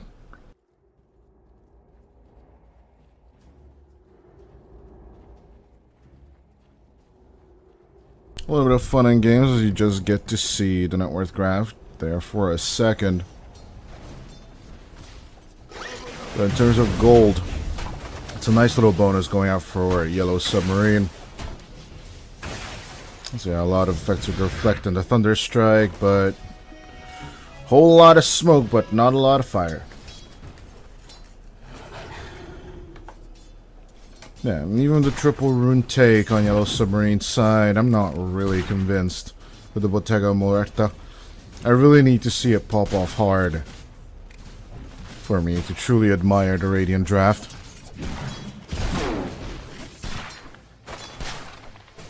Even with this little bit of dispose action, it's more of a, well, in Hungarian we say pleasant blinding, I guess, but I don't think that expression works in English. On the other hand, it's kind of rude, if you ask me. Kind of a PC Master Race kind-ish attitude as well. But yeah, as I mentioned, a whole lot of smoke, not a lot of action just yet. That Ice Shard could have worked, but yeah, and Morales missing the mark just a little bit.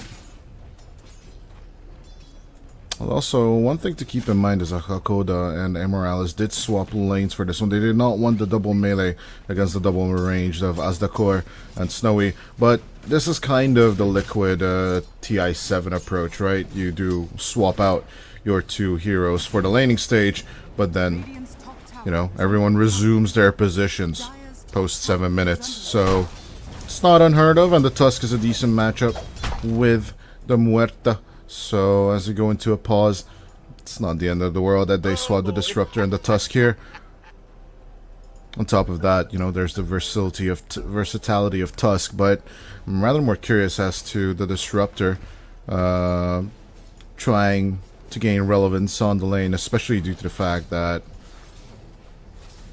neither the TB nor the Bane are going to be that big of a ganking potential hero or like something to stop from TPing away. Maybe possibly if someone comes in to try and get on top of Infernal, a Glimpse could be the savior Yellow Submarine needs. That's why we'll be having Hakoda up here. This is a good idea. As the Gore is shaking himself all over. Let's see, sleep, pull in. Going out on the bear.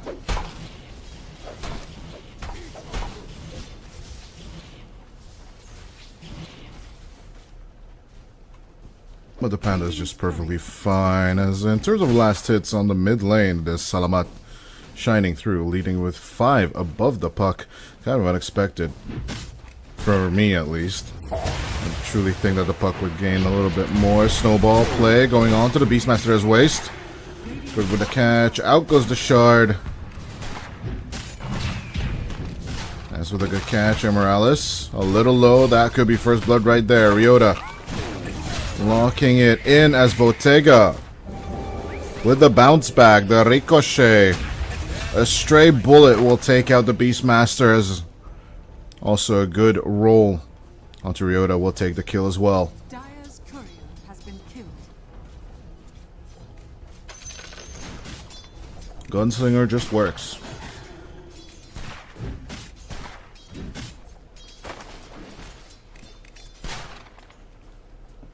But yeah, 2-0 on the Yellow Submarine side. Experience is definitely yielding for them. Now, they have seen late game TBs 1,000 times as Snowy. Gonna be in a lot of trouble. Out comes the Nightmare from Azdakor, but the glimpse back, pull back up on the top lane, the TB. He could be dying soon, but no. Surviving with a sliver of HP, Hakoda is now the one in a little bit of pickle, but Snowy back in the fray. Infernal will just roll up on it, and it's a 4-0 for Yellow Submarine.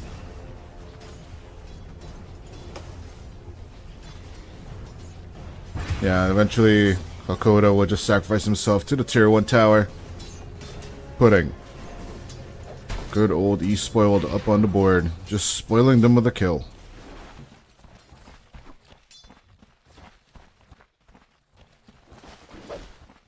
As night falls on the game. Despite the draft, they're leaning towards them, and the mid lane actually going pretty well. It's not going to be the end of the world, actually, that you're down with by 3 kills. A lot of people, you know, especially in pubs, instantly start GGing out once the scales on the kill count are leaning one way or the other. There's just no need to panic. Early game has less of an impact than it ever has before. And yeah, you know when it's truly time to panic in Dota? Post 7 minutes. Depending on how many Shrines of Wisdom went one way or the other, and how many bounty runes were picked up. It's a good jump on the mid lane as Ryota and Salamat try and get on top of Mirele, but the puck is surviving. 6 minutes in. It's a little bit of back and forth on all 3 lanes at the same time as Bottega, surrounded by waste, does not have axes, but all he needs is his little right clicks. Out comes the Call of the Wild as Snowy is looking for a little bit of a dive action. Has Metamorphosis as well. Pushing down at that tier 1 tower after using his technically ultimate on the TB.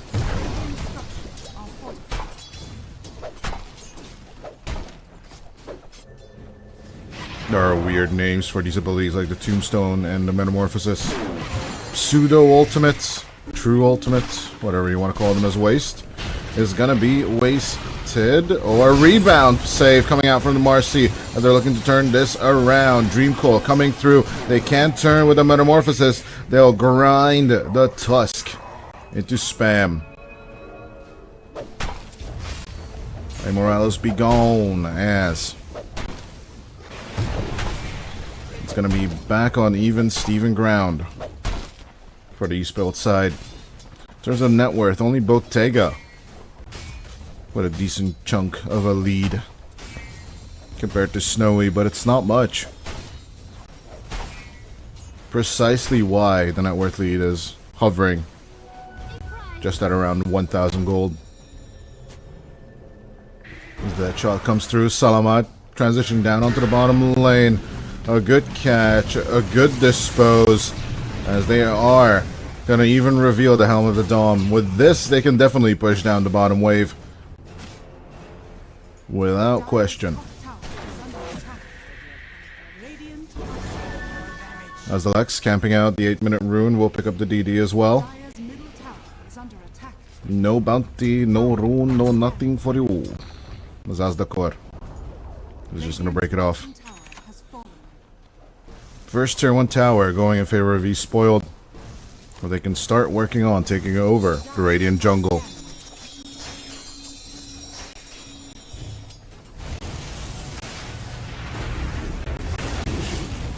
A little bit of pullback. Snowy. Easy takedown with the primal split. No surprises there.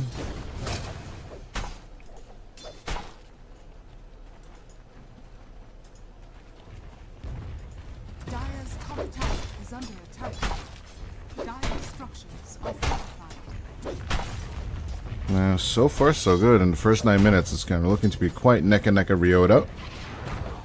Gonna get picked on. The ice shard is perfect. Mirella just sits on the play and takes care of it. And as on the other hand, we did just see Snowy get sent back into the fountain by Hakoda post TP. He did leave behind a Conjurer mid, so he is going to try and slow it down a bit by taking care of the wave. Dire's top tower is under attack. Well, it's not the most beneficial that we've seen so far. Salamat going in with the sweep, going with the rebound. It's a good catch on Mirele as they will take out the puck. Post Dream Cold, they could even just make the turn onto Infernal. No primal split for 60 seconds as Waste takes out Amaryllis on the bottom lane. He's spoiled constantly with the pressure. You have Dragon Form, you have Metamorphosis, you have the Beast Master. It's a massive pushing power. One of the biggest reasons this lineup works on paper. But yeah, you need those Blink Daggers on the Beastmaster and the DK for this to work. And of course, Waste is going to have to finish the Helm of the Underlord first. Still, there is the choice of, do you get the Drums of Slom as well? Greed. Greed is good, and we do like Greed a lot.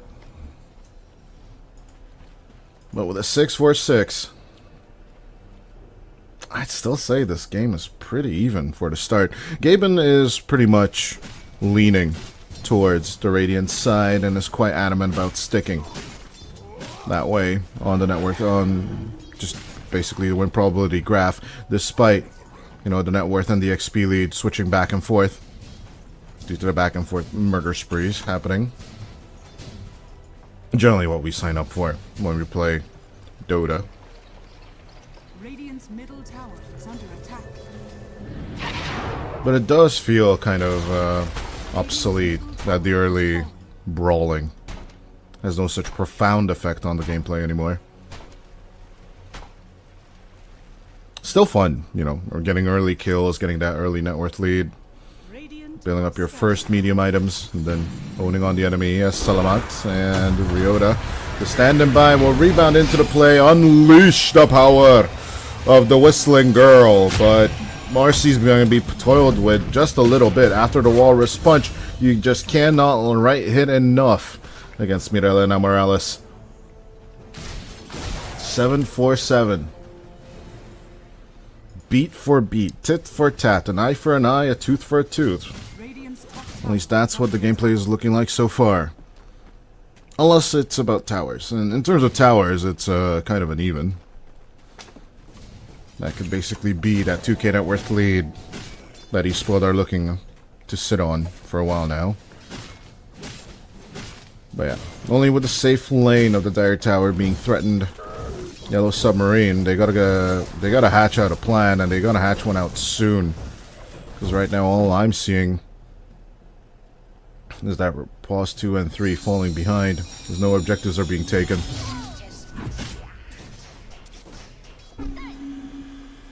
Passive takedown of the tier 1 is going to be hard as well due to Conjure Images constantly spammed out by Snowy. Dire's middle tower is under I'm really not sure where you go from here.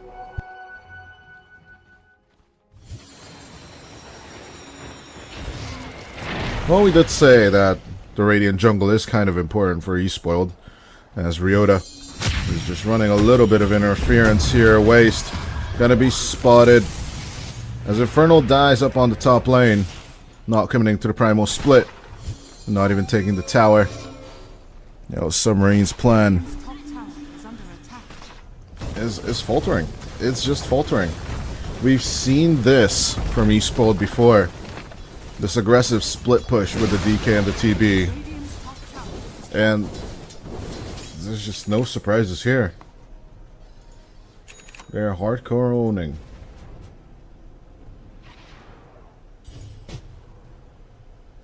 Radiant's top tower is under attack.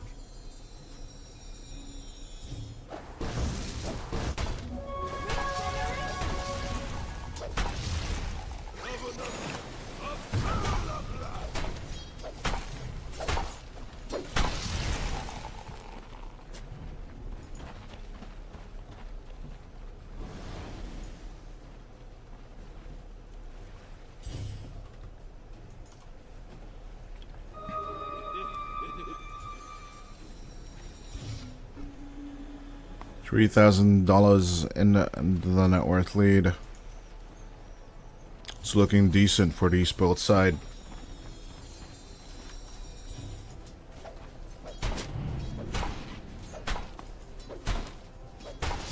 Easy map rotations coming out from the Espoiled side. Keep pulling their attention to the top, whilst you take care of Roshan on the bottom.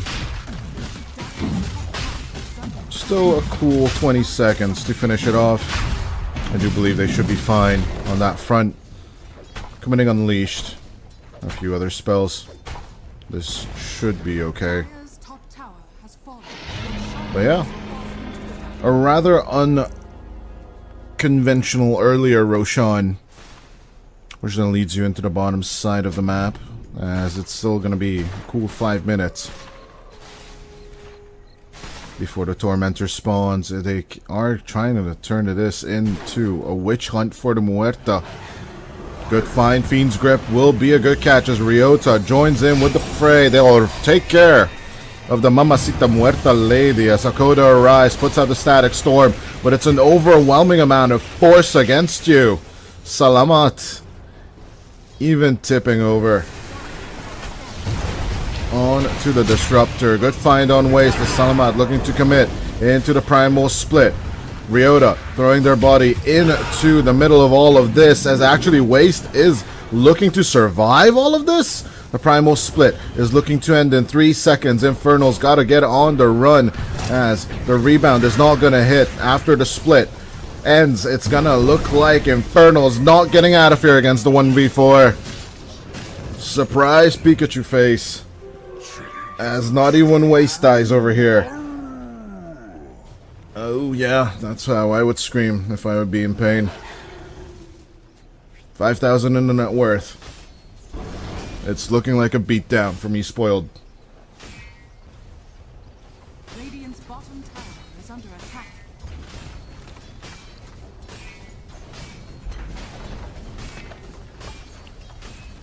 It's just a great ball roll coming out from the TB. Constantly putting Snowy on top of objectives. And if you want to fight the TB, there's always reaction TPs coming out from Espoiled. What can you do here, honestly?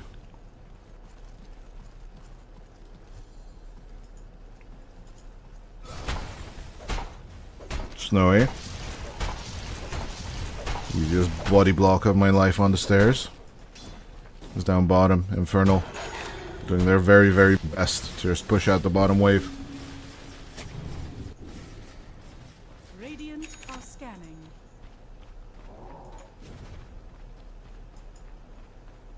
To be fair to Yellow Submarine, these guys are absolutely no joke. They have done deeper runs in qualifiers, but oh, good catch on the mid lane. Waste, having already used the Primal Split. Big reaction coming out from Yellow Submarine. They could turn on to Salamat, as that's going to be the Aegis. And with that, I think they are going to... Oh, yeah, that's a good BKB reveal. See ya. Don't know what else is going to be turned with this sacrifice. They did try and make this into a top lane push on the Espoiled side. So yeah, I mean, still kudos to Yellow Submarine. They had some deep runs in the EWC and the TI qualifier, I do believe, on the Eastern European front. But yeah, overall, it just seems it's just not meant to be. A bit of a glimpse back and the pull. It's still not going to be enough for Hakoda to survive.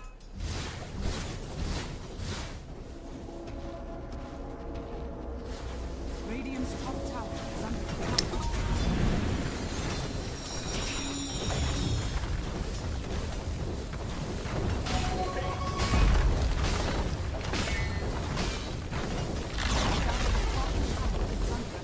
But yeah, tier 2, number 2, be gone. And now, only the mid lane remains. In terms of tier 2 towers. Mirella and Morales. Looking for the jump in on the triangle. They will find the Marcy. Ryota looking rather blue. Could be ripped to shreds. Rebound from the Conjurer image and diving forward. The shard misses, and so does the curveball. Ryota's just out of there. See ya. Nah, Espoiled are just playing with their food at this point.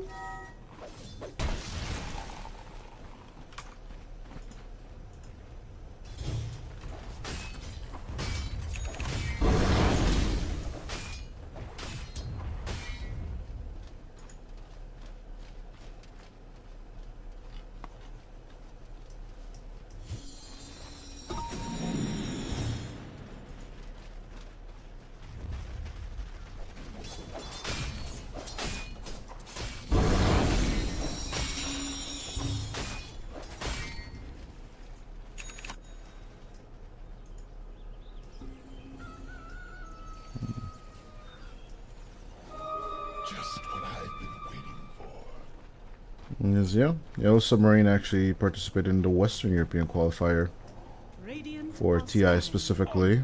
Corrections on that. And actually, let's check on EWC. They do the same as Espoiled.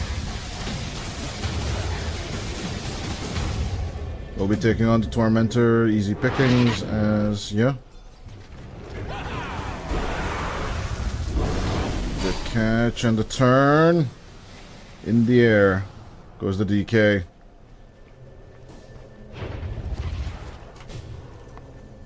At the end of the day, Infernal hanging on to Shrine of Wisdom, but at what cost?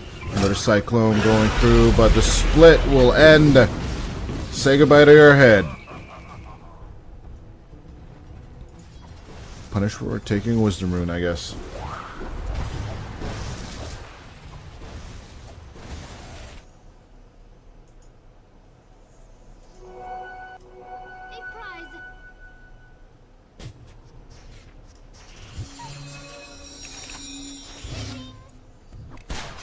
Didn't attend any of these What's What Cup qualifiers on the Yellow Submarine side, and neither did Espoiled.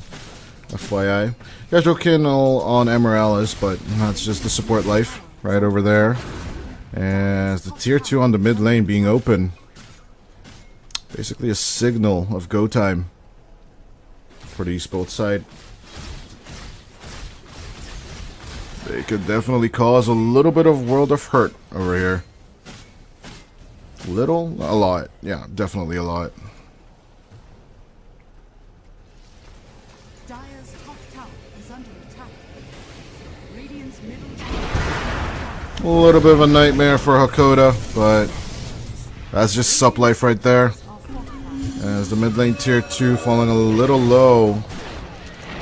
This move right here is what we should pay attention to rather, as Amorales playing with the tag team. They'll take out the big old troll walker, but the counter move with the double blinks, easy kill on Bottega, and without the Mamacita Muerta, I do believe that the tier 2 is gonna die. Easy take on the tower, and with Roshan still dormant, I do believe it's time to go high ground. All in on the tier 3 tower. 23 minutes of high ground push. And so that Bottega, they do not have the means to defend any of this.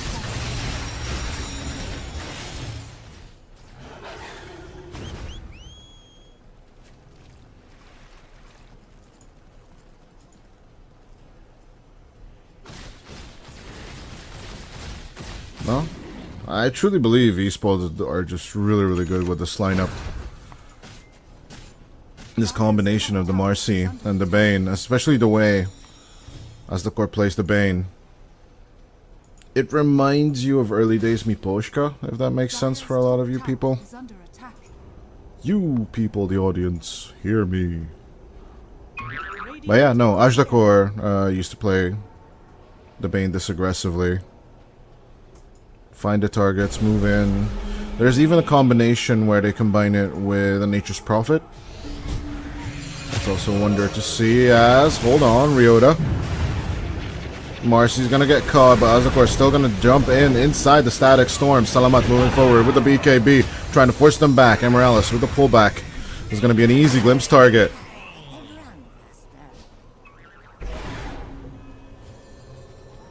As Infernal moves on forward, a little bit of bouncy, but it's only on illusions. Obviously, Ryota does not know that. He more than likely only saw one of the illusions before he jumped with the rebound. But yeah, overall, you're still going to be happy. You have the numbers advantage. As good catch from Salamat. Chain it up with a Primal Roar as a few more Wild Axes. We'll just set up the kill for Snowy to take. Easy. Easy TB timing as Roshan about to respawn, more than likely to the top wave, to the top pit, I believe. But yeah, as with night falling, it's actually going to be the bottom as the puck put to sleep and gripped by fiends. An easy kill for Salamat and Azdakor.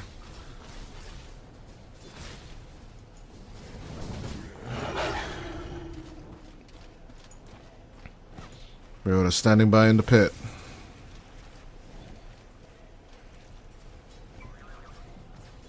Well, it is going to be the top pit. There's Ryota. Instant unleash, instant transition inside. It's looking more and more likely that they want to give the Aegis of the Immortal to Salamat. Let's face it, TB is just not a good Aegis carrier in general. Neither is the DK, to be fair, right?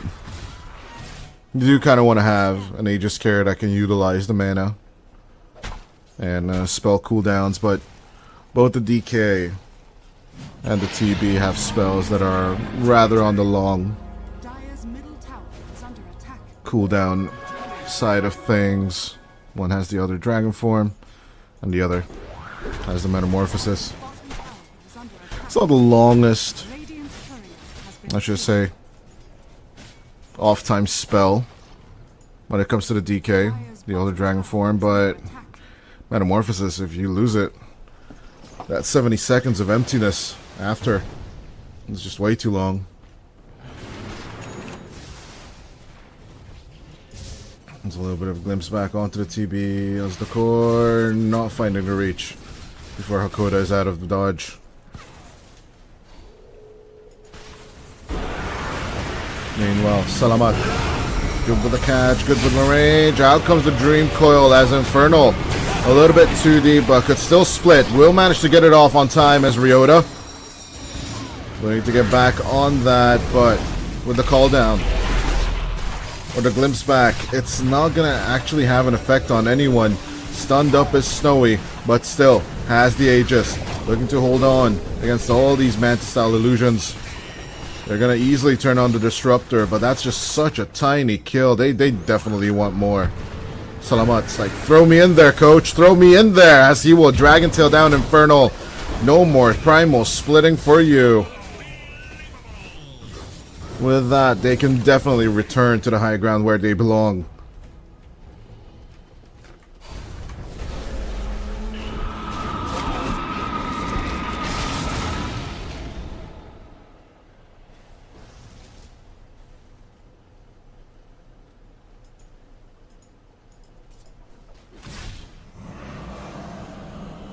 Fiend's Grip. Pulling on to the puck, Mirele. Half HP. The backup doesn't arrive on time. The puck could manage to escape. Has no vision for the Nightmare either for Azdakor. Radiant are scanning. Truly a hellish situation for Yellow Submarine. Down 15 kills and 13,000 gold. And missing half for Rax on the mid lane. On top of that, yeah, they managed to get the better of the super creeps. Melee is just shove out the lane if you leave it passive.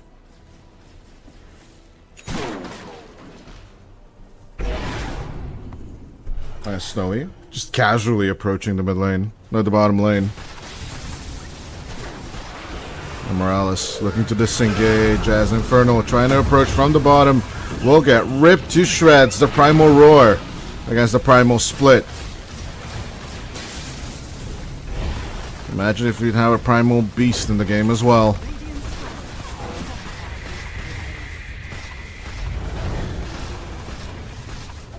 Liver King, anyone? Yeah, with 24 to 8. 12k on the net worth lead.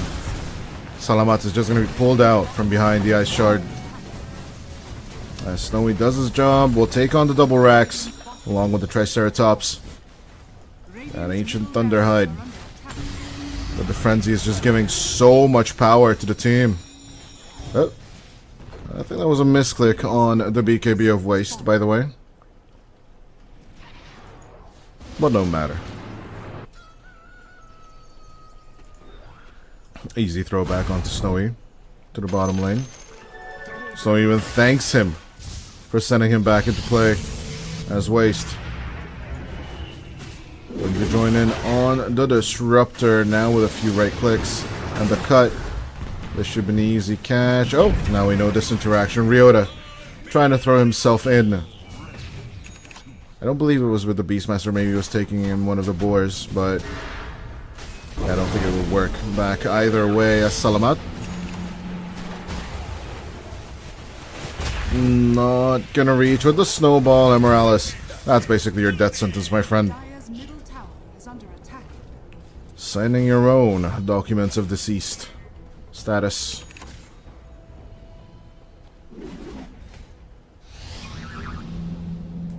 As I believe there is not much left in the chamber for the Radiant side. We are at 32 minutes in. Snowy is basically controlling the whole game right now.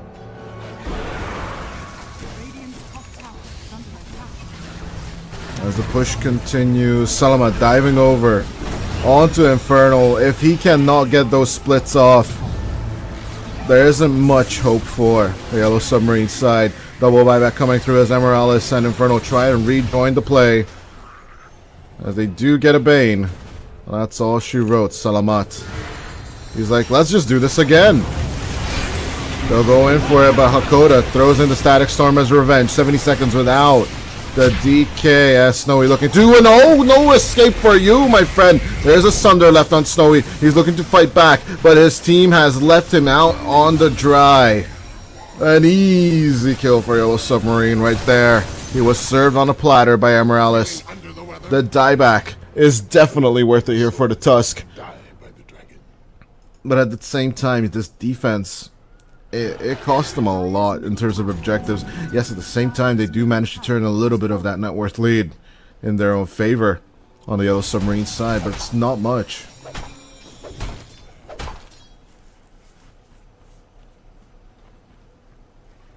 But yeah, the pushing power. I don't know when the Muerta is going to be as strong as a TB, but even if they would be on even terms, and Bottega would basically have 22k net worth as well, matching the TB beat for beat. I'm still not convinced it would be enough. TB just smashes through you. And yes, you have a lot of magic damage coming out from Pierce the Veil, but my guy almost has the Bloodthorn up and ready. On top of that, the BKB, so... Dire are scanning. What I'm surprised by is that Snowy is not forcing an MKB on the Muerta build by building a Butterfly of his own. He's just basically looking to outright counter the hero. Not by surviving it, but by counter itemizations.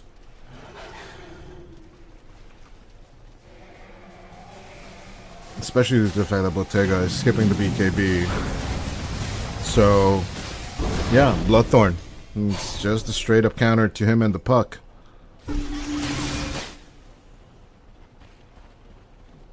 And it looks like Espoiled are perfectly aware of this, as Azdakor looking for the aggressive approach. Here's that counter for Yellow Submarine you usually expect for the aggressive Bane. But I am more than curious if Yellow Submarine can turn this around at all. Yes, a few casual kills here and there, but it ain't over until the Fat Lady sings.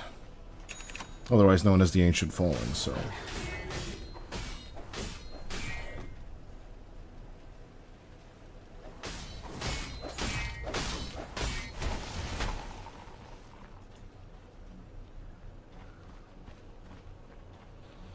The Submarine's still doing a decent job at holding on to their lanes.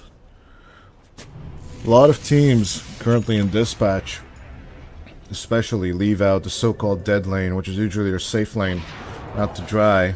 While there's constantly just creeps inside your base and under your tier 4 tower. But it looks like Yellow Submarine have things under control, at least for now.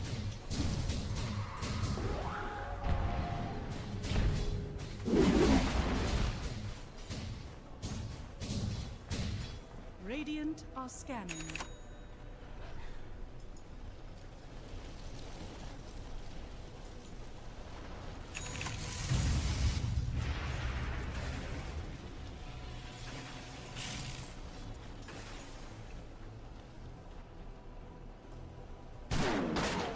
The tier 3 is slowly but surely expiring. More than likely both teams are going to look for acquiring tier 4s soon enough. A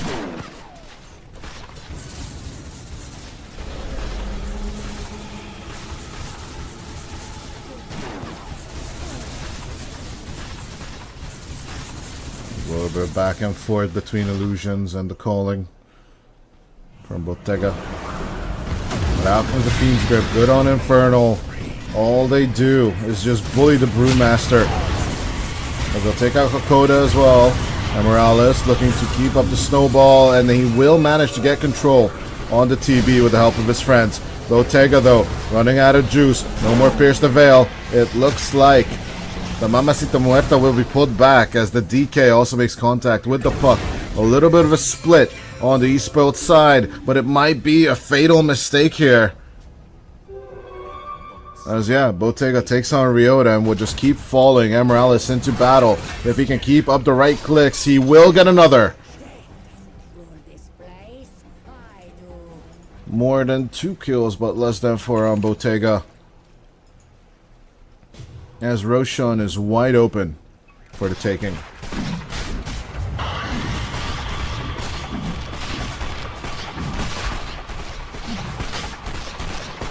I don't know why that split happened. I do understand that Mirella is a good target, but overall, it does seem like the misplay of the game so far.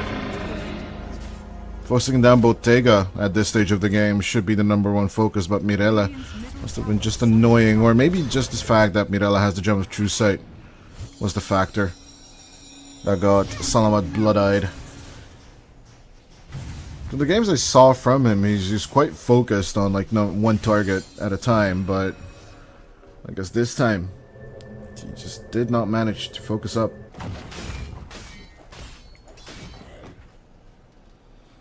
But yeah, AC almost done on Salamat.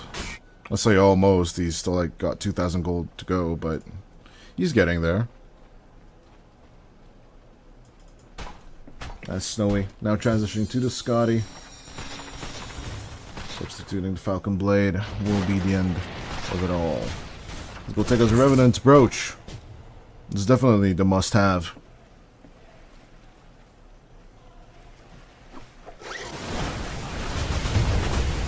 Muerta, this item makes so much sense. Yeah, you can apply it with Deadshot. I think it combines with Pierce the Veil as well, but I'm not quite sure. But I think it does.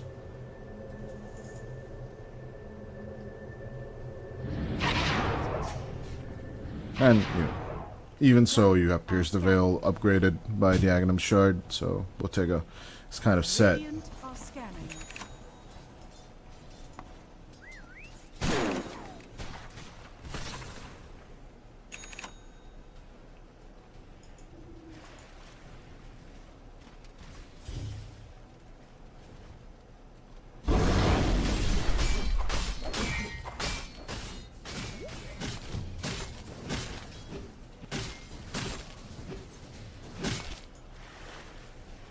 Let's see it. It looks like Spoiled, having learned their lessons after the high ground pushes. More than likely they're looking to farm out their buybacks, as there is basically none available on the Dire side. If they do take fights, they need to be extremely careful with them. Tower is under attack. Dire's structures are fortified.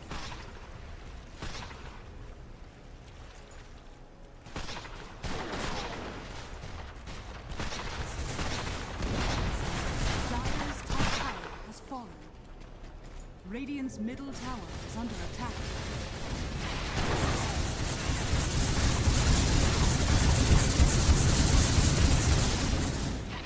Dire are scanning. Dire's top tower is under Waste. Backing off. Not really. Dreamcoat for the counter onto the Beastmaster, but Waste is like shaking it off as Taylor Swift instructed. Easy BKB and a walking off of the Beastmaster. Shaking that booty in Yellow Submarine's face. So far, so good, but, you know, Roshan lays dormant.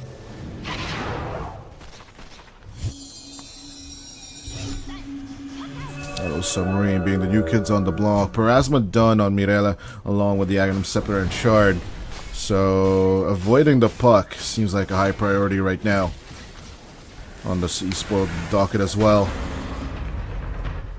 Inferno with the casual approach. Salamat could go on the aggressive on him, as they will find the Mr. Panda Bear. Inferno will die silenced up, but Salamat will be thrown in the air. 85 seconds without the DK. Snowy looking to face them up front and center. Waste will go in for the stun onto the Tusk. No snowball stave available. As Snowy forced to back off. He did have enough for a Sunder, FYI.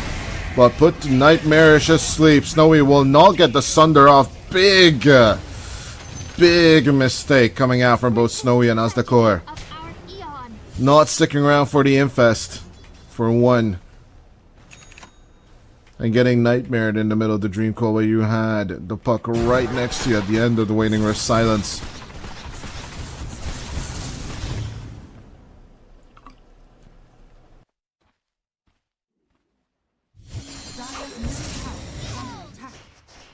And you could say mission failed, we'll get him next time, but in Dota, the stakes could be fatal.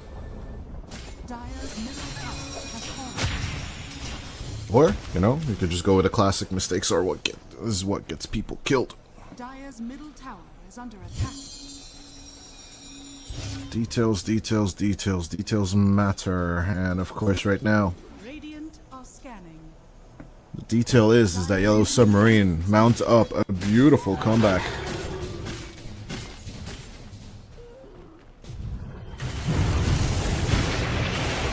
At the same time, Static Storm once again, good catches right now on the Beastmaster as Waste does not want to use his BKB. Finally activates it at half HP, but is it too little too late? The answer is yes. Waste is wasted. Not truly 21 times over, but so far this is his 4th death on the Beastmaster, giving away a lot of gold for the Radiant once more.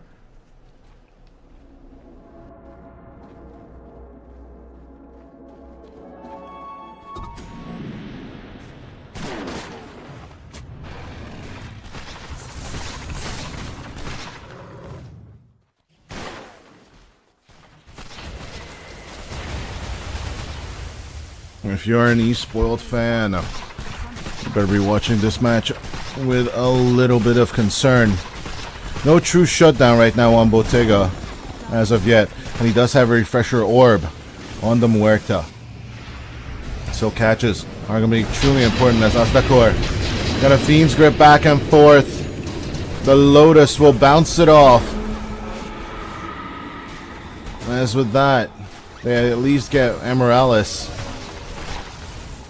who was thrown in up front and center against the Bane. But with all outer towers secured on the Dire side as well, it's going to be a siege back and forth.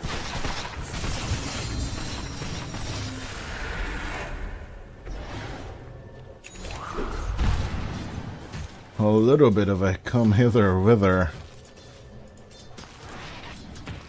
And we're back to neck and neck 44 minutes into the match. At least Gaben is giving 52% win probability for the Dire, but that's all she wrote. There'll be a blink and you miss it kind of moment, especially due to the fact that Bottega has been murdering people relentlessly back and forth ever since his little stumbles since the end of the early game. It's been Hakoda, Infernal, and of course Amorales sacrifices, which Yellow Submarine have seemed to be able to afford little glimpse back to protect Infernal, but it's just not going to lead to much. Another 80 seconds without the Brewmaster.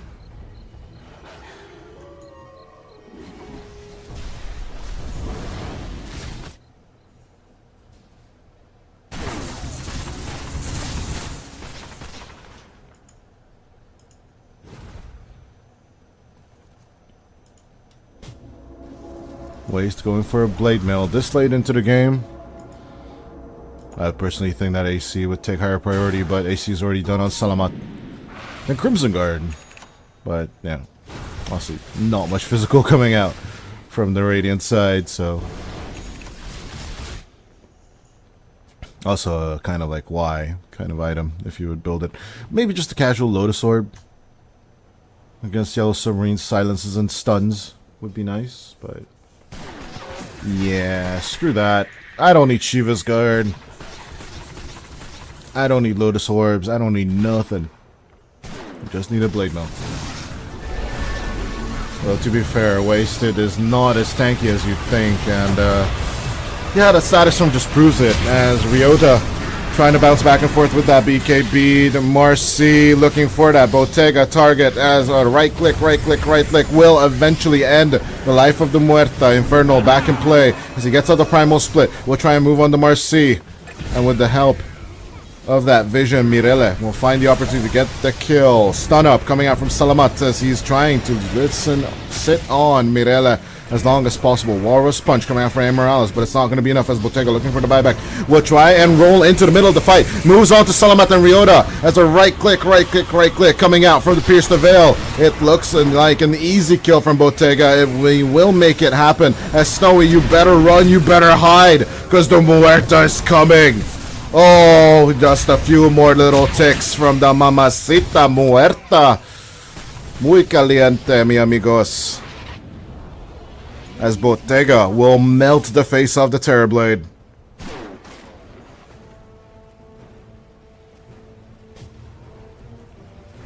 Only Salamat having the buyback on the Dire side. And of course, Azdakor has it as well, but he's the only one not dying in the middle of this fight.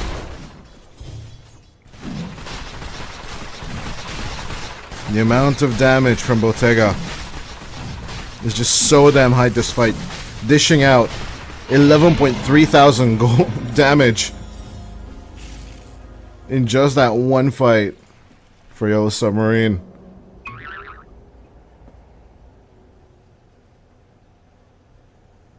Talk about carry. This guy is like pulling a truckload of pressure behind him. Shoves himself in the middle of the fight under the DK while the others are running a distraction for him or interception for him or whatever you want to call it.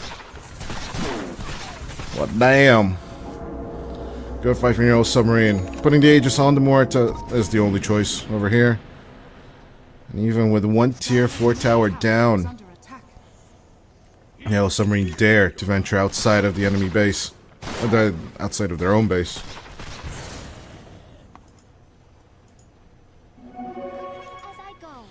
Now, if they keep going like this, I would not be surprised if Bottega would go eventually for a Divine Rapier.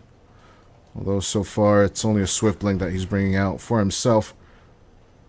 Having the Eagle Song in his backpack, he can definitely just speed up the murder of the TB.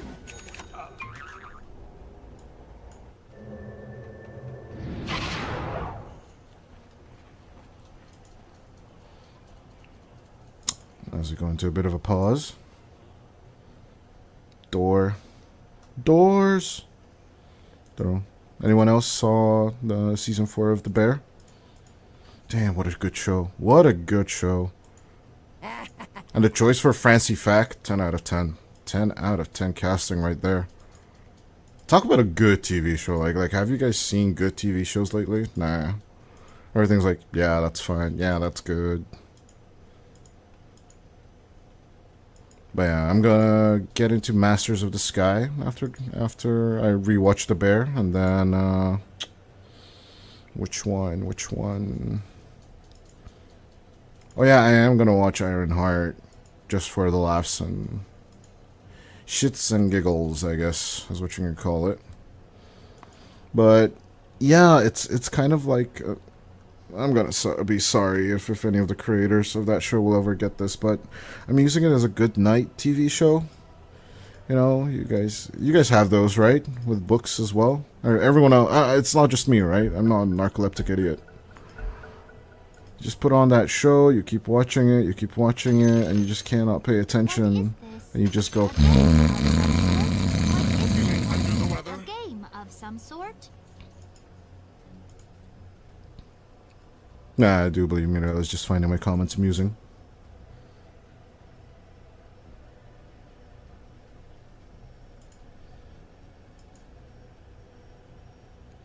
Yeah, with Waste reconnected, we should be back in play. Let's see. Yellow Submarine with Aegis in hand. Could they at least break a tier 3 with this? Are they willing to risk it? Of course, yeah, with your Muerta in jeopardy. It's a little bit of an interesting swap, and especially with the Refresher Orb. Getting off cooldown in 50 seconds. Having that up front and center instead of the Swift Blink seems a little weird, but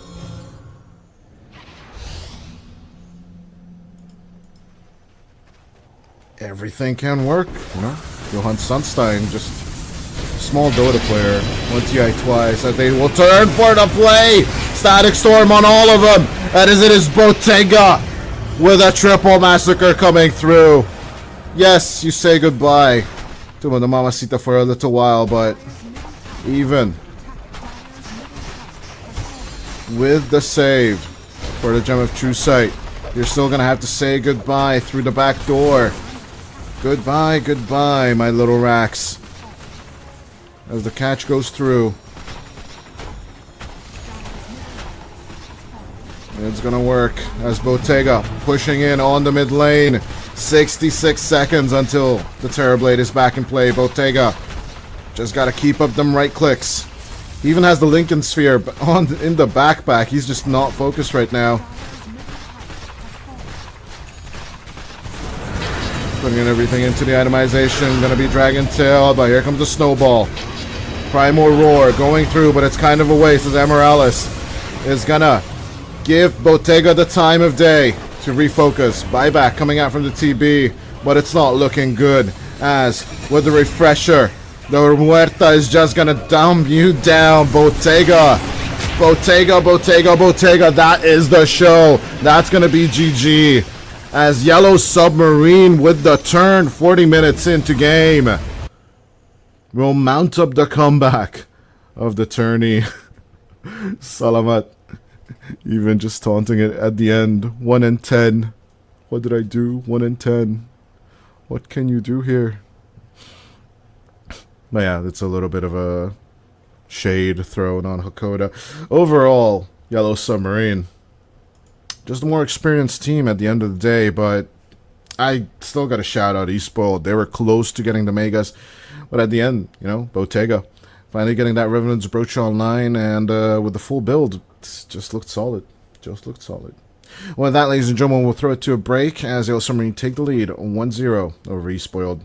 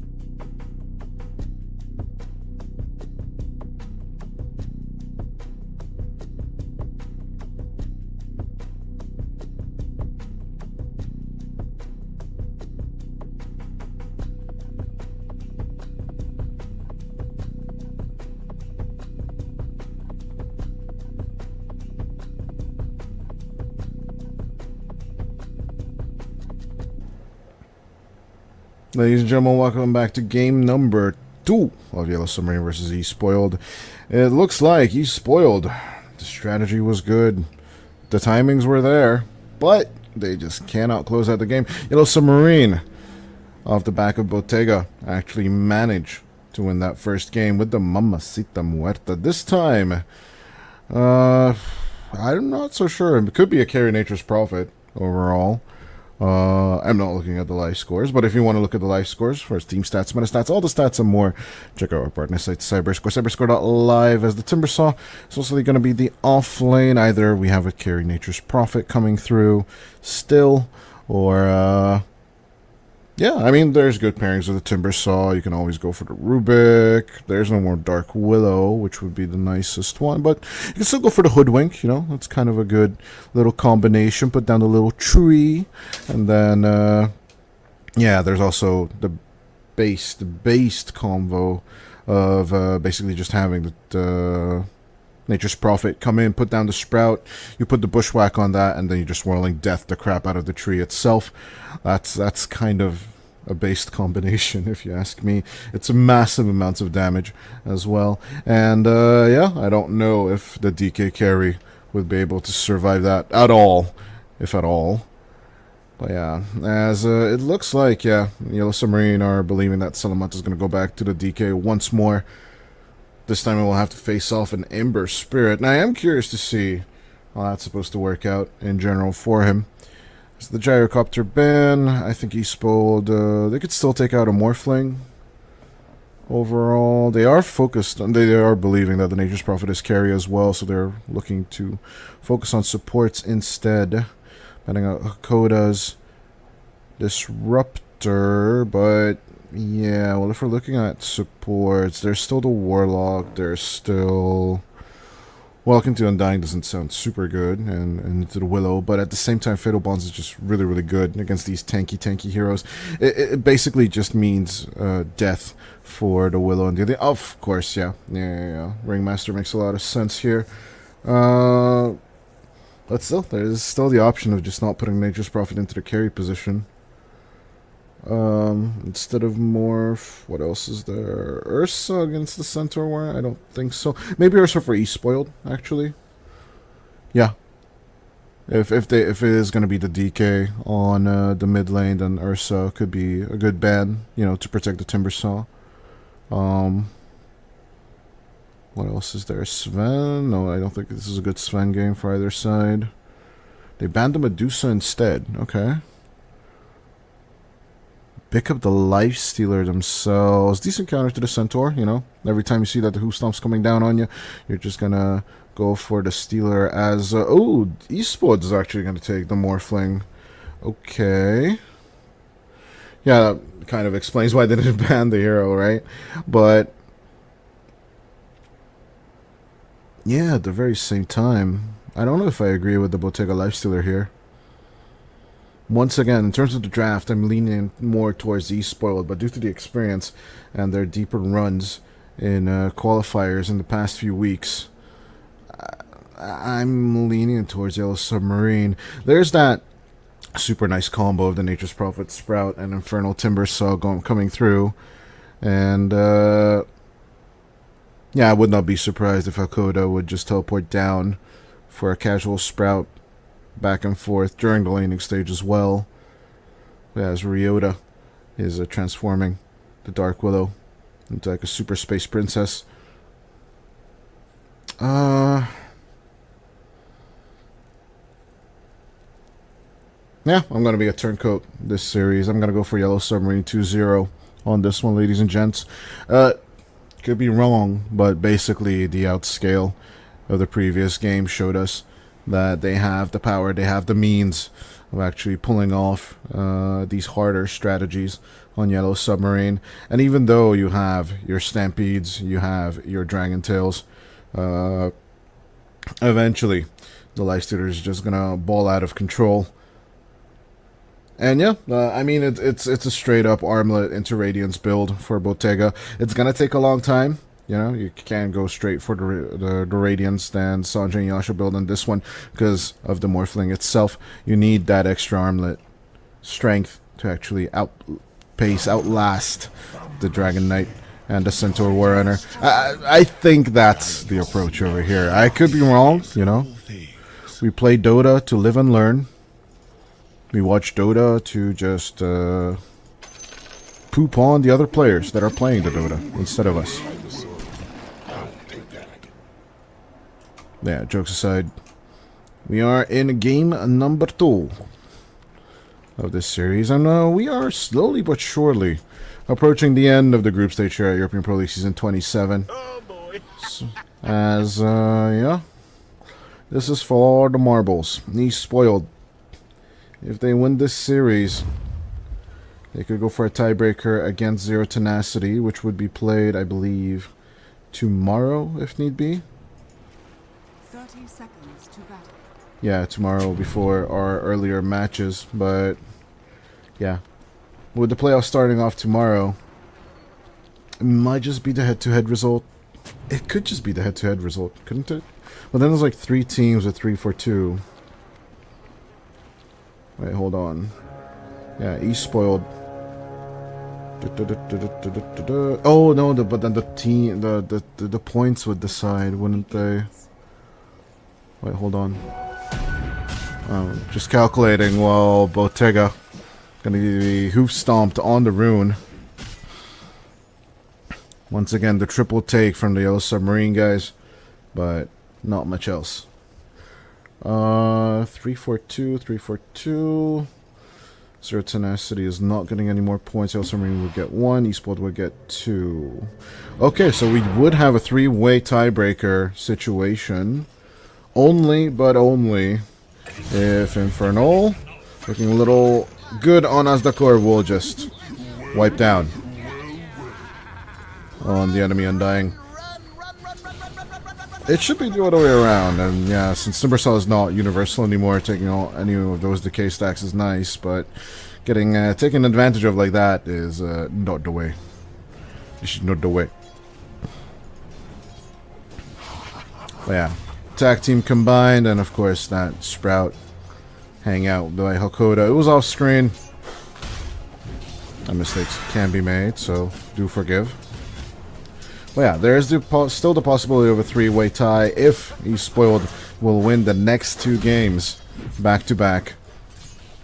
That is a tiny, tiny window of opportunity for them. Otherwise, Espoiled say goodbye. And of course, we're going to be moving into the playoffs tomorrow.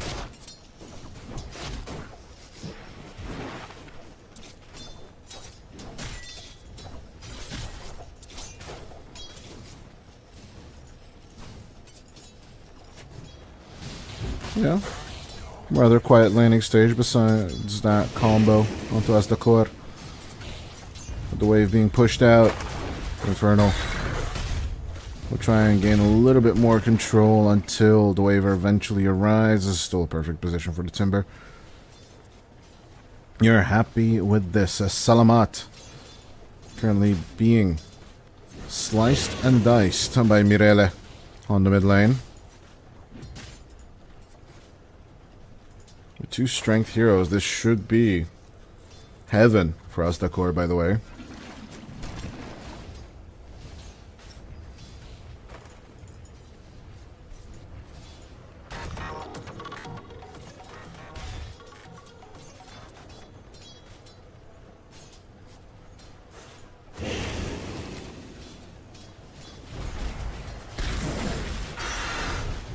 A little bit of roll in play onto the Undying. Attack team will come through. And yeah, what did I say? That combination of Whirling Death and Sprout is just hell. Basically, it's a way of nature's revenge, right? Oh, you ignored the Lumberjack due to inflation? Yeah, okay. Well, then the Lumberjack is gonna raise up a tree, tie you to it, and then basically cut it down with you still stuck inside that little grove of sprouted trees. What a nightmare. Someone should make a horror movie out of that. Radiant structures are fortified. Natural comeback, nature comeback, I guess would be the title. For other dumb and similarly dumb ideas, please contact me on the platform formerly known as Twitter. Yeah, the first 4 minutes just zipped on by. The Dire just not really finding their stride in terms of the last hits and the pacing. Just a little bit off. I mean, falling behind a full lane at this stage of the game is just not the way to go. Middle tower is under attack.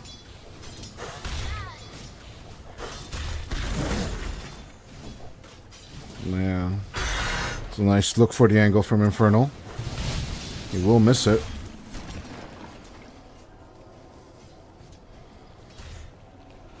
But it is what it is.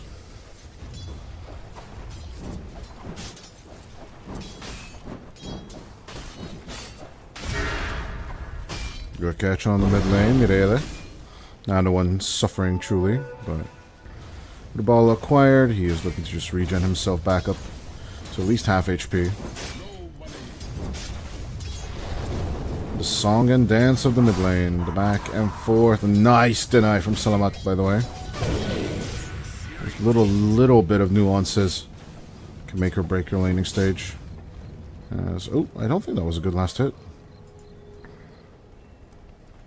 But yeah, passing that laning stage on the mid lane. I've even heard that in some teams, you know, the mid laners will just constant scrim each other back and forth just for the funsies and for the practice, you know. Generally, Dota is the more friendlier, loving esport than most, as Hakoda will come in and assist against Ryota. But Ryota on the run, as that could be kill number 3 for Yellow Submarine, and it will be Morales. An amoral murder. But it will happen as they will find the catch on Ryota with the chains. Tag team down on the Willow. You sure can try and run away, but you will get the execution first on the mid laner. Snowball. Wrap around again, as it will get the end of the life of Ryota. And Hakoda could try and walk up. It's going to be a regen rune up top. The Salamat doesn't need it just yet. We'll offer it for Asdakor.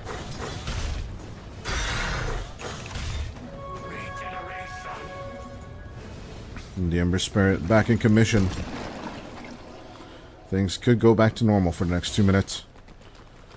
But history is repeating itself. 4-4-1 right now for Yellow Submarine. We've been around this tree before. Speaking of trees, a little timber chain coming through. Decay? Decay for what? What you decaying, son? I'm the timber saw, biatch.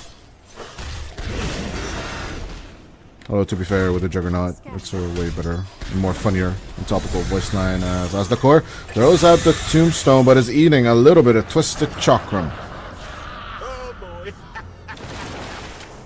Instant respawn with the ceaseless dirge, but at the same time down under we have a little bit of back and forth between the Hakoda, Bottega, and Mireille. And eventually it is going to be the double Shrine of Wisdom for the Yellow Submarine guys. And this time they're not looking to let go of the control just yet. Full vision on that cliff, and Hakoda, as soon as he realizes his mistake. How could this happen to me? Well, yeah. Mistakes were made, lessons were learned, as Bottega actually gunning for the Radiance Sanjay and Yasha build. Looking to skip the armlet. I'm not so sure this is the right idea, though. Well, what do I know? I'm just a European Pro League caster. Radiant's bottom tower is under attack. Hakoda. But confirmed dead as a Nature's Prophet, as Salamat. They're moving in a lot of resources to fight against Mireille. It's going to be a jump back. And Vizrune, taken by the Ember Spirit. Tower is under attack. Rune of invisibility. Dire's top tower is under attack. Infernal, pressuring Snowy still. Looking rather luff for the morph. Radiant are scanning.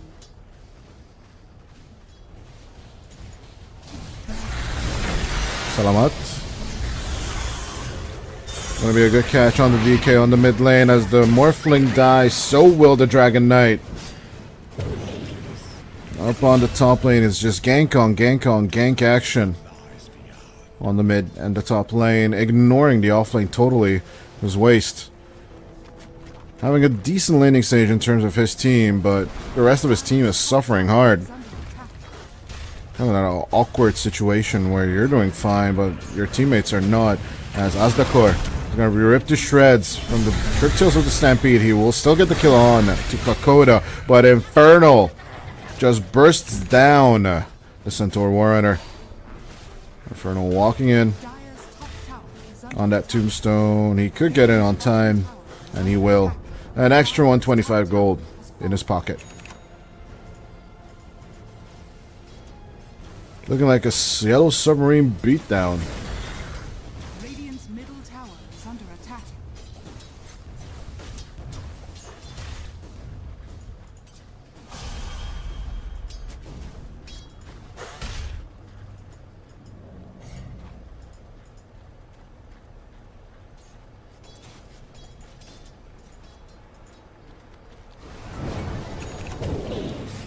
Nice, Mirella, as the core.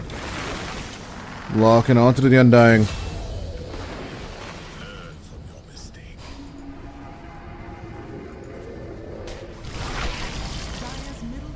Oh yeah, easy escape for the Willow. Mariota did have to sacrifice his Shadow Realm for that one.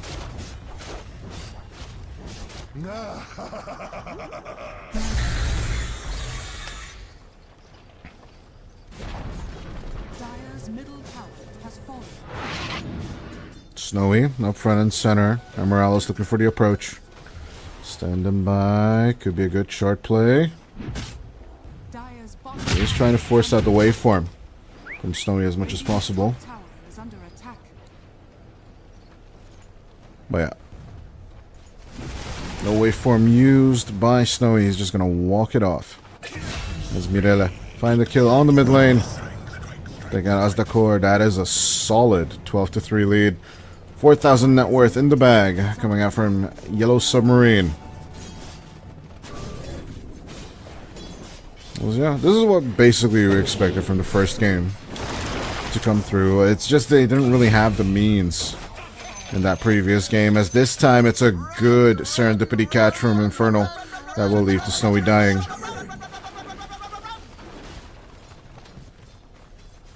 Oh yeah, you better run.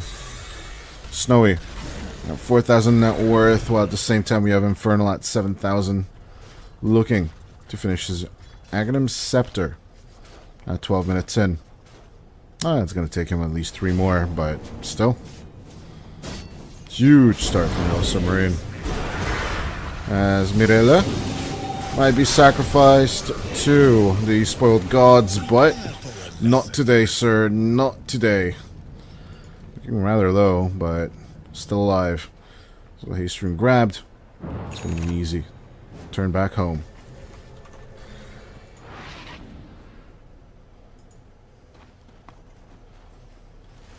Radiant are scanning.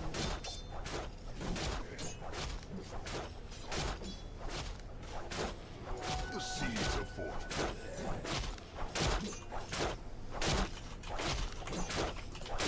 Dire's top tower is under attack.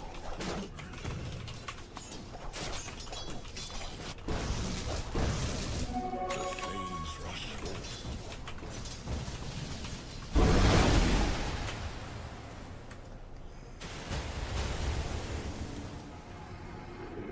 Dire's bottom tower is under attack. At the very same time, Infernal, another catch onto Azalex. As the core, my bad, but 14-3. Dire's bottom tower is under attack.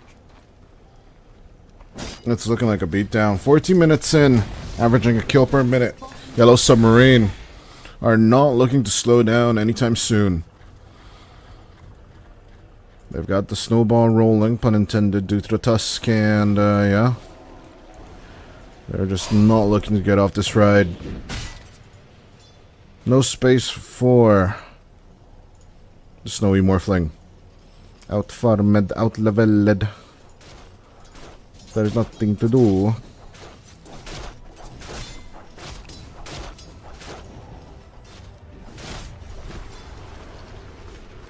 As quite random tombstone, if you ask me. We're at the 14-minute mark. Ryota trying to sit the Shrine of Wisdom, as Mirella would be more than happy to just burn down the Willow. In comes the Whirling Death along with the Infest Bomb. Inferno will take the Shrine of Wisdom as they're taking the Observer Ward along with it. The Nature's Prophet just setting them up for success. Along with the Timber Saw. It sounds like a niche combo, but every time that Sprout Whirling Death comes out, it's massive how much HP is lost. That's the up top, Stowaway! Oh no. Infernal! He's just constantly dropping off that Chakram Twisted Nuke along with the Timber Chain. He's just shift queuing the crap out of it, as another kill will just happen onto Salamat on the mid lane. Azdakor could come in and try and turn it around, but there is no tombstone either. Salamat might survive here. They'll turn it into a waste kill onto Emeralis, but the DK should run along with Ryota, as they're just messing about with the Centaur on the Yellow Submarine side. Yes, you got one kill on the Tusk, but that's all she wrote. Bottega! Oh! Caught with his pants down. He had the rage, but surprisingly enough, he did not use it. Infernal. Maybe Snowy wants to give a little bit back of the medicine he got from the previous game. Looking for a more late stage gameplay, but right now he needs to focus up on that farm. Just what I was waiting for.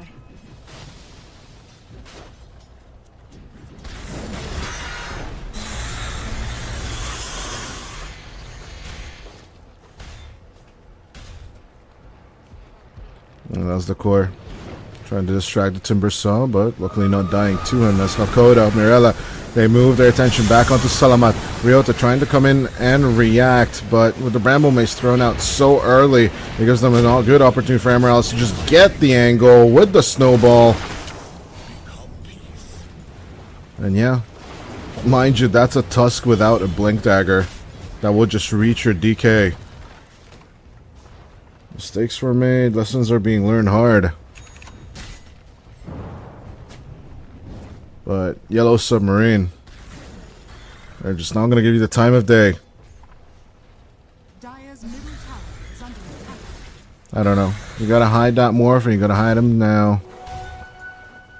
Hide your sons, hide your daughters, hide your wives. That Timber Saw is dangerous. Yeah, Infernal is about to get a Blink Dagger as well, so escaping him is going to be a tough, tough ask.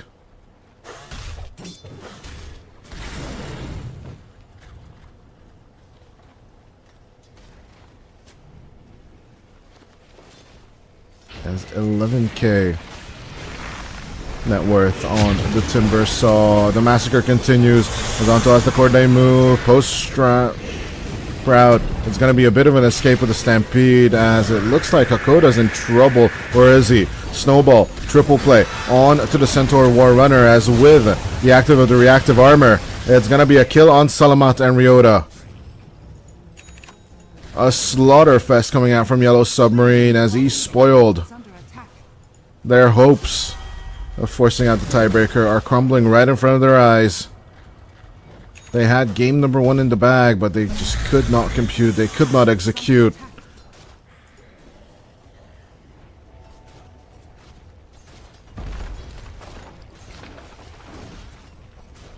As yeah, no, once again, that quote, we are out-farmed, out-leveled.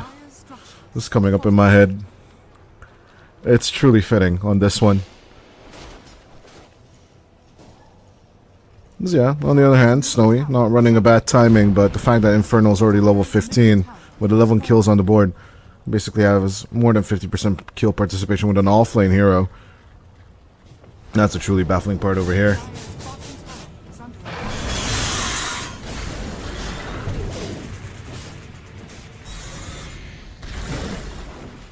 Well, Timbersaw is that kind of gambling hero. You timber chain, whirling death yourself within the enemy's ranks. And if there's just no backup saving the hero you're targeting, it's basically gonna die. Yeah, Snowy. Even risking the biscuit a bit more. He is going full agi constantly with the morph instead of the more balanced, at least a little bit something. Hellbar smash onto Salamata's Hakoda. TPing over with the TP. Coming through with the play as Waste. They're looking to turn around. They will take it out on Nature's Prophet. At least there's something. They could turn onto the infested creep.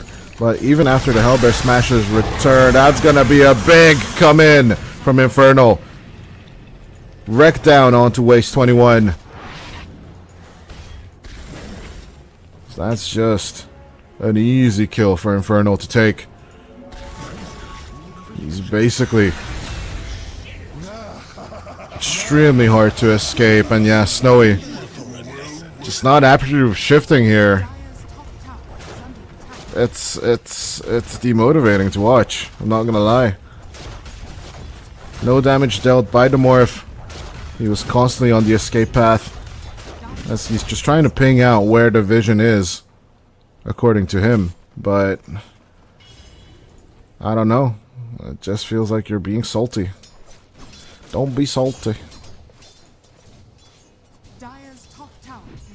Oh yeah, shard done now. Flamethrower available for Infernal. Burn all the trees, burn all the breeze. Take it all down. 622 on the scoreboard, by the way. I won't know what 6 is the multiplicate of, so which number? Illuminati confirmed.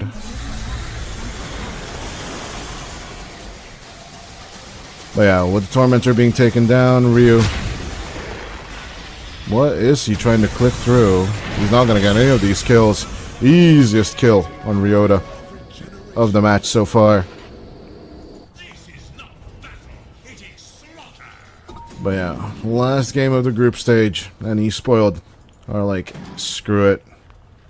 If we're going to go down, we're going to go down in a blaze of glory. As Infernal rocks it in with the nuke's explosion coming out from the reactive armor. As Amoralis will be thrown into the air as well. Waste is gone. Wasted. Maybe like an inspiration from GTA, but even the attempt on to the Timber Saw is looking a little shaky. Good blink out coming out from Infernal, but at least they will take Amoralis. They could take Alcoda as well, but here comes Bottega and the backup, Mirele. Thrown into the air as they will find the vision and take it out. But Azdakor is looking stuck, my boy. As the Undying still trying to escape from any of this, but nope. Another kill from Infernal. Double kill on Timbersaw, 1504. As yes, pushing objectives is a little bit hard, but still. You can burn the buildings now with the flamethrower.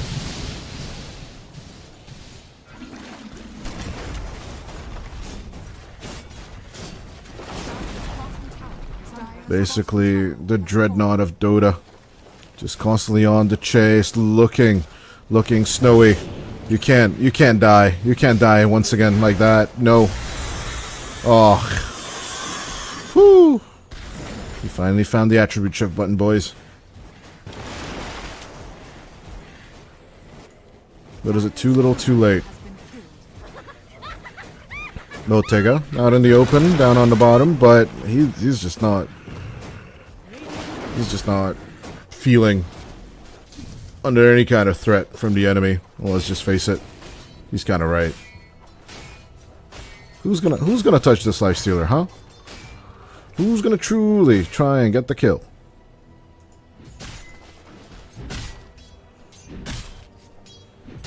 It's Hakoda out farming both Salamat and Waste. Getting close to the curtails of Snowy.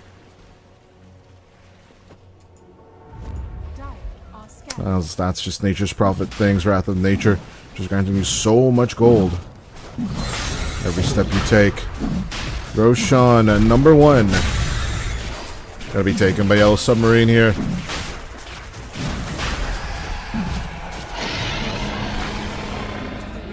With an 18,000 net worth lead and no towers lost, this is the Yellow Submarine we expected to see in this group stage.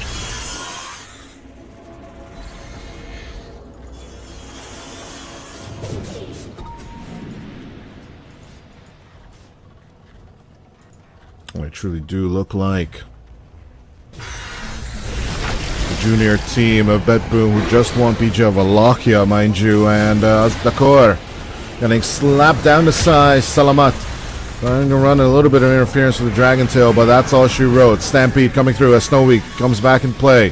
Buyback coming out from the Undying. They are looking to massacre someone. Still stuck on the high ground. That is a good lock on from Waste.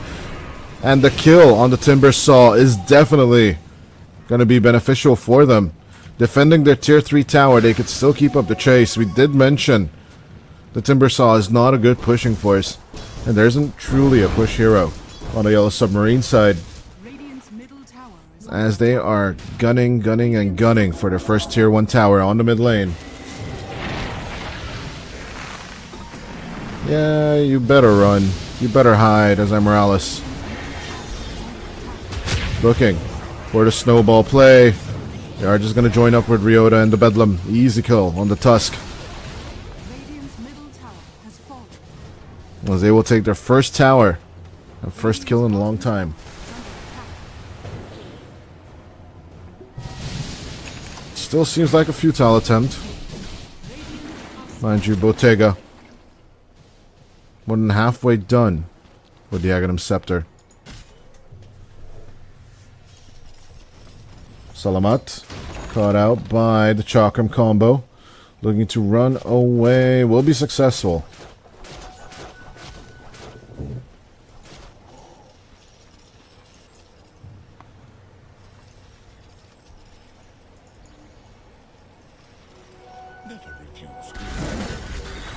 Yeah. Still no approach to that high ground just yet. I mean, the Sanjay Yasha definitely is a big helper, and Mirella, the Sanjay and Kaya, could run a bit more interference with Infernal. But, yeah, maybe some cut downs with Koda. He does have level 4 on the Nature's Call. But not playing with your team doesn't always feel good with the MP. It's rather a lonely job, but someone's got to do it.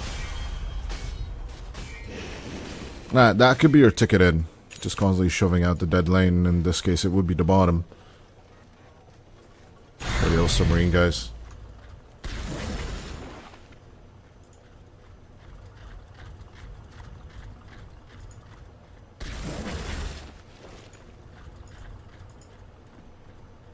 Dire's top tower is under attack.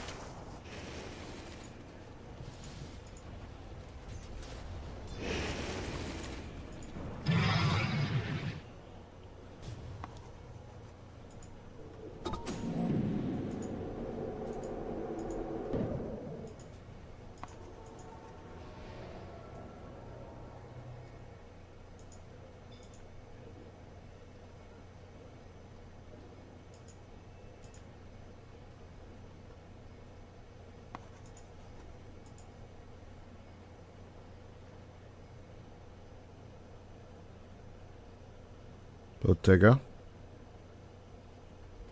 Going for the MKB now on the Life Stealer. As we're looking at Ryota just trying to hide at this stage. He is just waiting by, standing by for the Wisdom Rune at minute 28. By the way, he's not Southeast Asian AFKing. As you used to back in the day, you know, buy that Shadow Amulet. Put yourself next to the tower. Thank God they changed that for sure. Snowy. Salamat as the core moving straight onto the Timber. Once again, the big kill would be nice, but the reactive armor active comes through as Hakoda says goodbye to the land of the living. Yes, the reactive armor explodes, but here comes the true Timber Saw. Wait, that's the fake one. Water is strong, my friend. Be like water. As yes, Bottega will still take out the Undying kill, but that's hardly a compensation, as he's spoiled will gladly take those 2 kills, relieving some of their pressure that they've been feeling since the Aegis acquisition. But the Aegis reclaimed. I don't think it's free open Bottega season just yet. Mirele having the good old bag of personalized explosions. In goes forward with the remnants. Look at that slide and stride from Mirele after the Aghanim Scepter jump-ins. It's not going to matter that much, as with the Stampede, they will find Salamat. And there's no blinking out of this one, my friend. No flying away. Hakoda will gladly take the kill.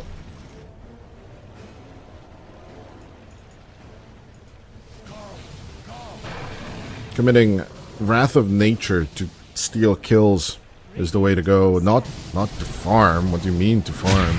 Amorales with the find on the Morphling. Here comes Mirele as well. Chained up, locked down, as Infernal will help you do the damage on top of this Morph. Explosion comes through from the reactive armor, and the kill is not going to happen this time. Close, but no cigar.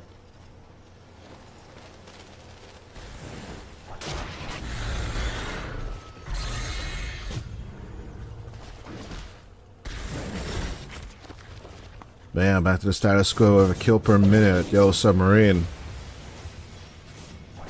are upholding their lead. They did drop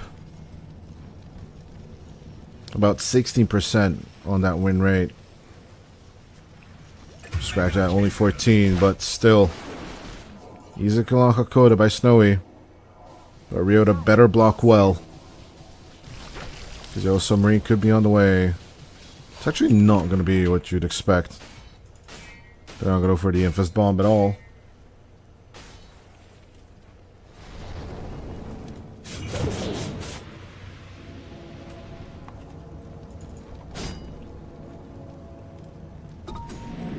Yeah. More than likely the reasoning why Yellow Submarine are delaying that high ground, they want that MKB or even the Abyssal Blade on the Life Stealer. At the same time, Mirele wants his BKB before he fully commits, although he's been switching the item for the 3rd time now. He's moving over to Shiva's Guard. Maybe the team is like, yeah, just be confident. Don't resort to meta builds, just be confident in your skills and go over that Shiva's Guard. It will definitely take care of a lot on the back line.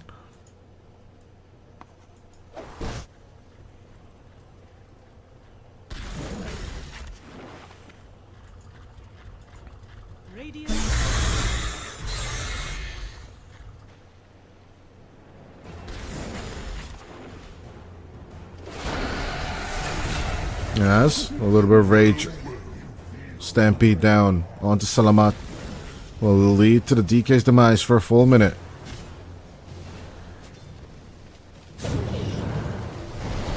Timber Chain, good on the catch. The Morph is in huge trouble. The cost of silence will eventually end with the kill, as Hakoda, committing with the Bloodthorn, will get the murder. Mirele in a little bit of a pickle, but here comes Infernal. Say hello to Johnny. At the Timber Saw will take on 2.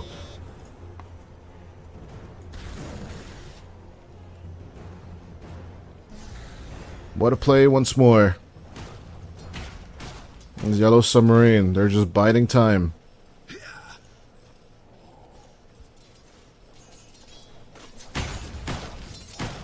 Dire's middle tower is under attack. Commitment on the mid lane and the bottom. That's top lane as well. Also pushing in. Fortification and counter fortification looking to keep alive the top lane creeps. It's a little bit of Twisted Chocolate Fate as Infernal will take care of the ones on the top lane, but Bottega not wanting to go in alone. We'll expect Hakoda TP in. And what a good expectation. Here comes the tier chain combination, but not as perfect as you'd expect it. Infest save coming through, as it's more of like an Infest bomb. Chakram right in front of the Willow coming out of the Shadow Realm. Cut down to size as Infernal picks up another double.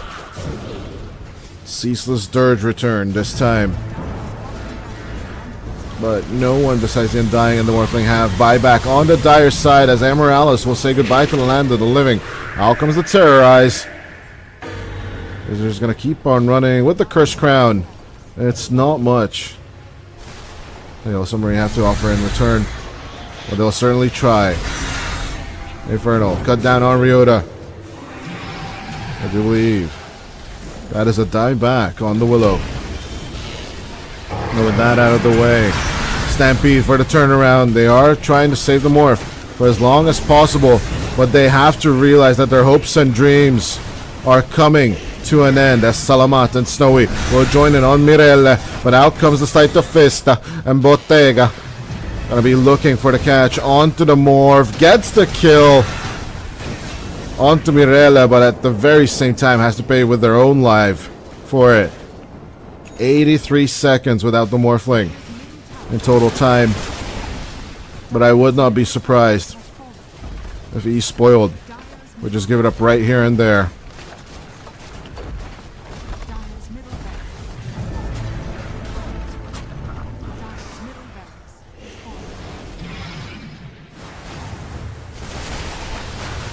Sex down, lock in onto the DK. Good catch on Salamat.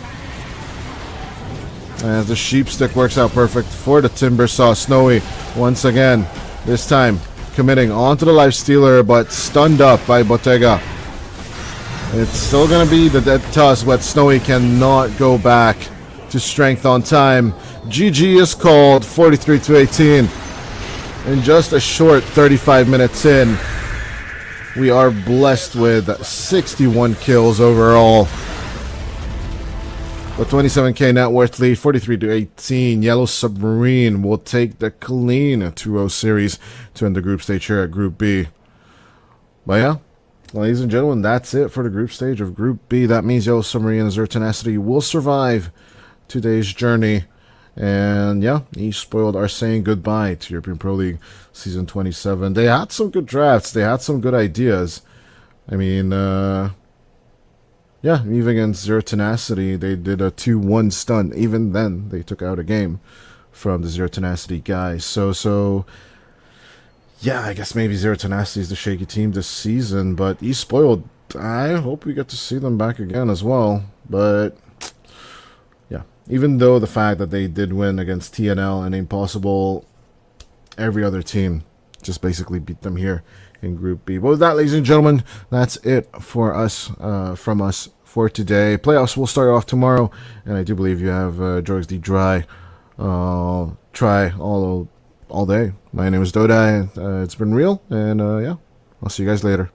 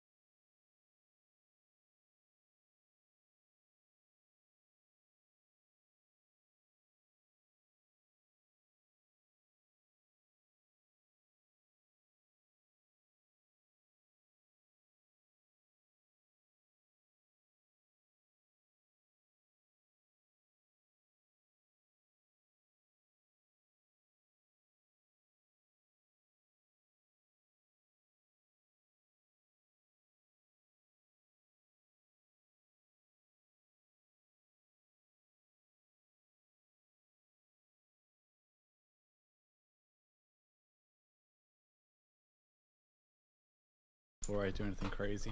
Actually, let me see where she is.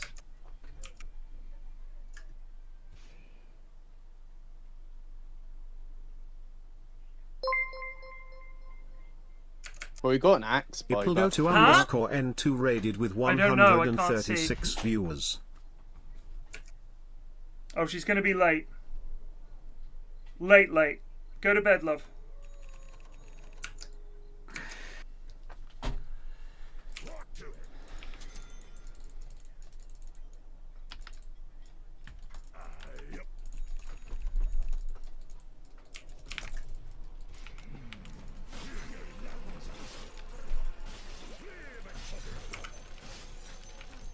He doesn't have any permanent gains, so he's a fool.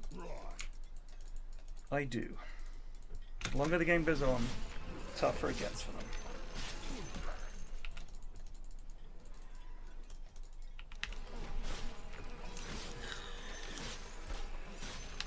He doesn't really get. He's got one more item. He has a refresher. That was his second item. Yeah.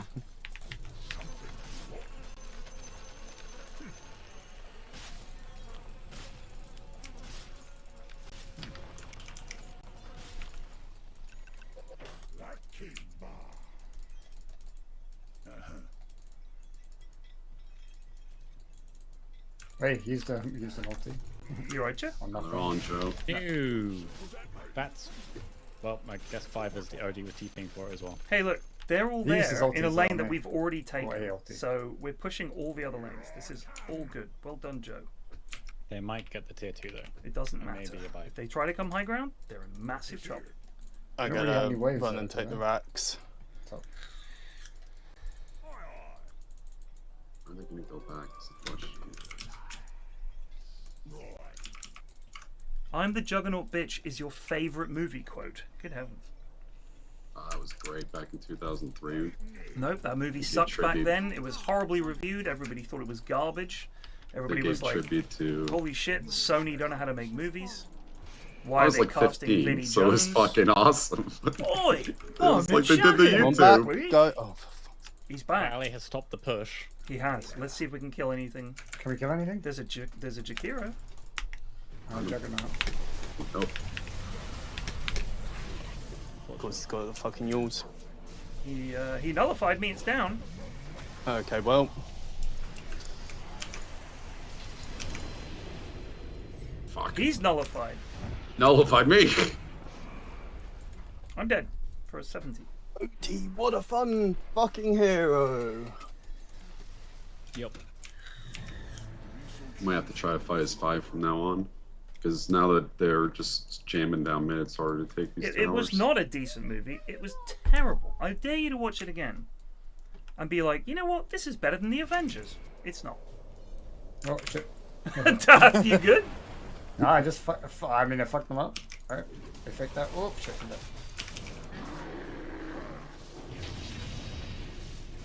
You are I got by that. I'm up in 30. Your top tower is under attack. Maybe it's enough. It's definitely not enough. He's got Lincolns on OD now. Okay. From Power Alley. Your top tower is under attack. I'm up in 17. I'm just gonna annoy them with this.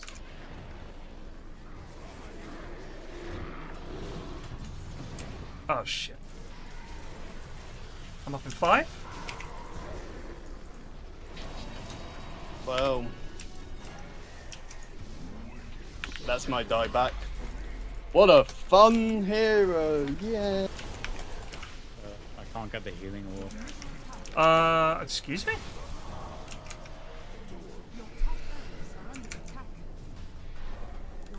Whoa. quick. Okay, I think I see what the problem here I is. think he's scripting, yeah. It wasn't that quick. That was That was very quick, dude. Just been If suspicious you of got his quick cast on it, it blinks. doesn't take that long. Those are reactions. It was his blinks that always get me. Like, he was blinking perfectly right when something was coming in.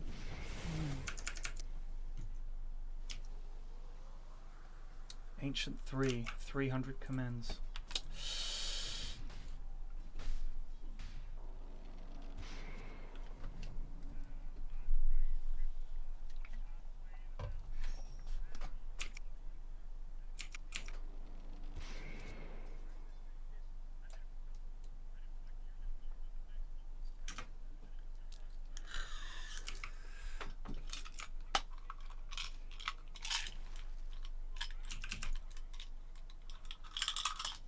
Better than the Avengers? What kind of blasphemy are you spewing?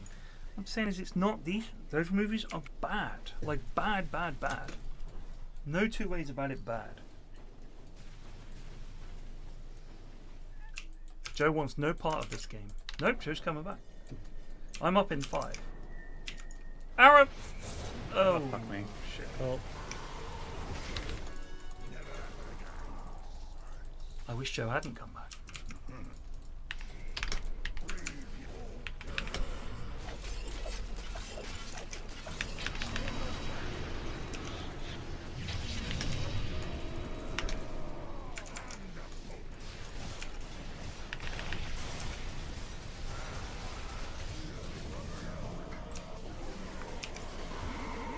What's annoying is they weren't even good. They're just like bullshit heroes. I honestly don't know what you're doing, Sodi. A BKB. A BKB. I had BKB. It doesn't matter. Like, BKB doesn't matter versus, like, any of their... BKB means Jakiro can't ice path you. Yeah, it's Jakiro. It's not that. You just get insta-killed by... If he catches you out one time with the... Yeah. But that's why, like, if he imprisons one person, he can't imprison the other 4. Like, it's just playing as him requires way more coordination than we want on just a chill game of Dota. Yes, Joe. So really, it's his fault. It's just a bell-end hero. Like, he's a pub stomping hero. He's not like a good hero. It's just, what are you meant to do against this guy? Oh, hello. They are just that stupid. Yeah, we're out of buybacks, unfortunately. I mean, these guys were not good. It's just that we took a lot of stupid fights. It happens. Sometimes we do that and get away with it. Sometimes they have OD and he just fucking saves everyone, initiates on everyone. You know. Want to die.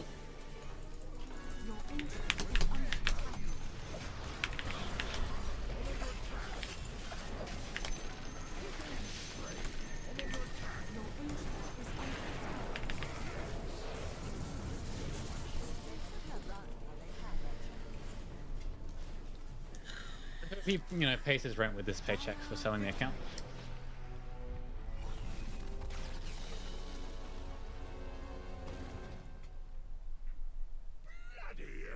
Bloody hell! Oh, you know the line, stepped aside? I can't find it on the wiki for Pudge. Like, when you miss a hook, he definitely says stepped aside. I can't find it. If you can find it, let me know. I feel like I imagined it, but I definitely heard him say it.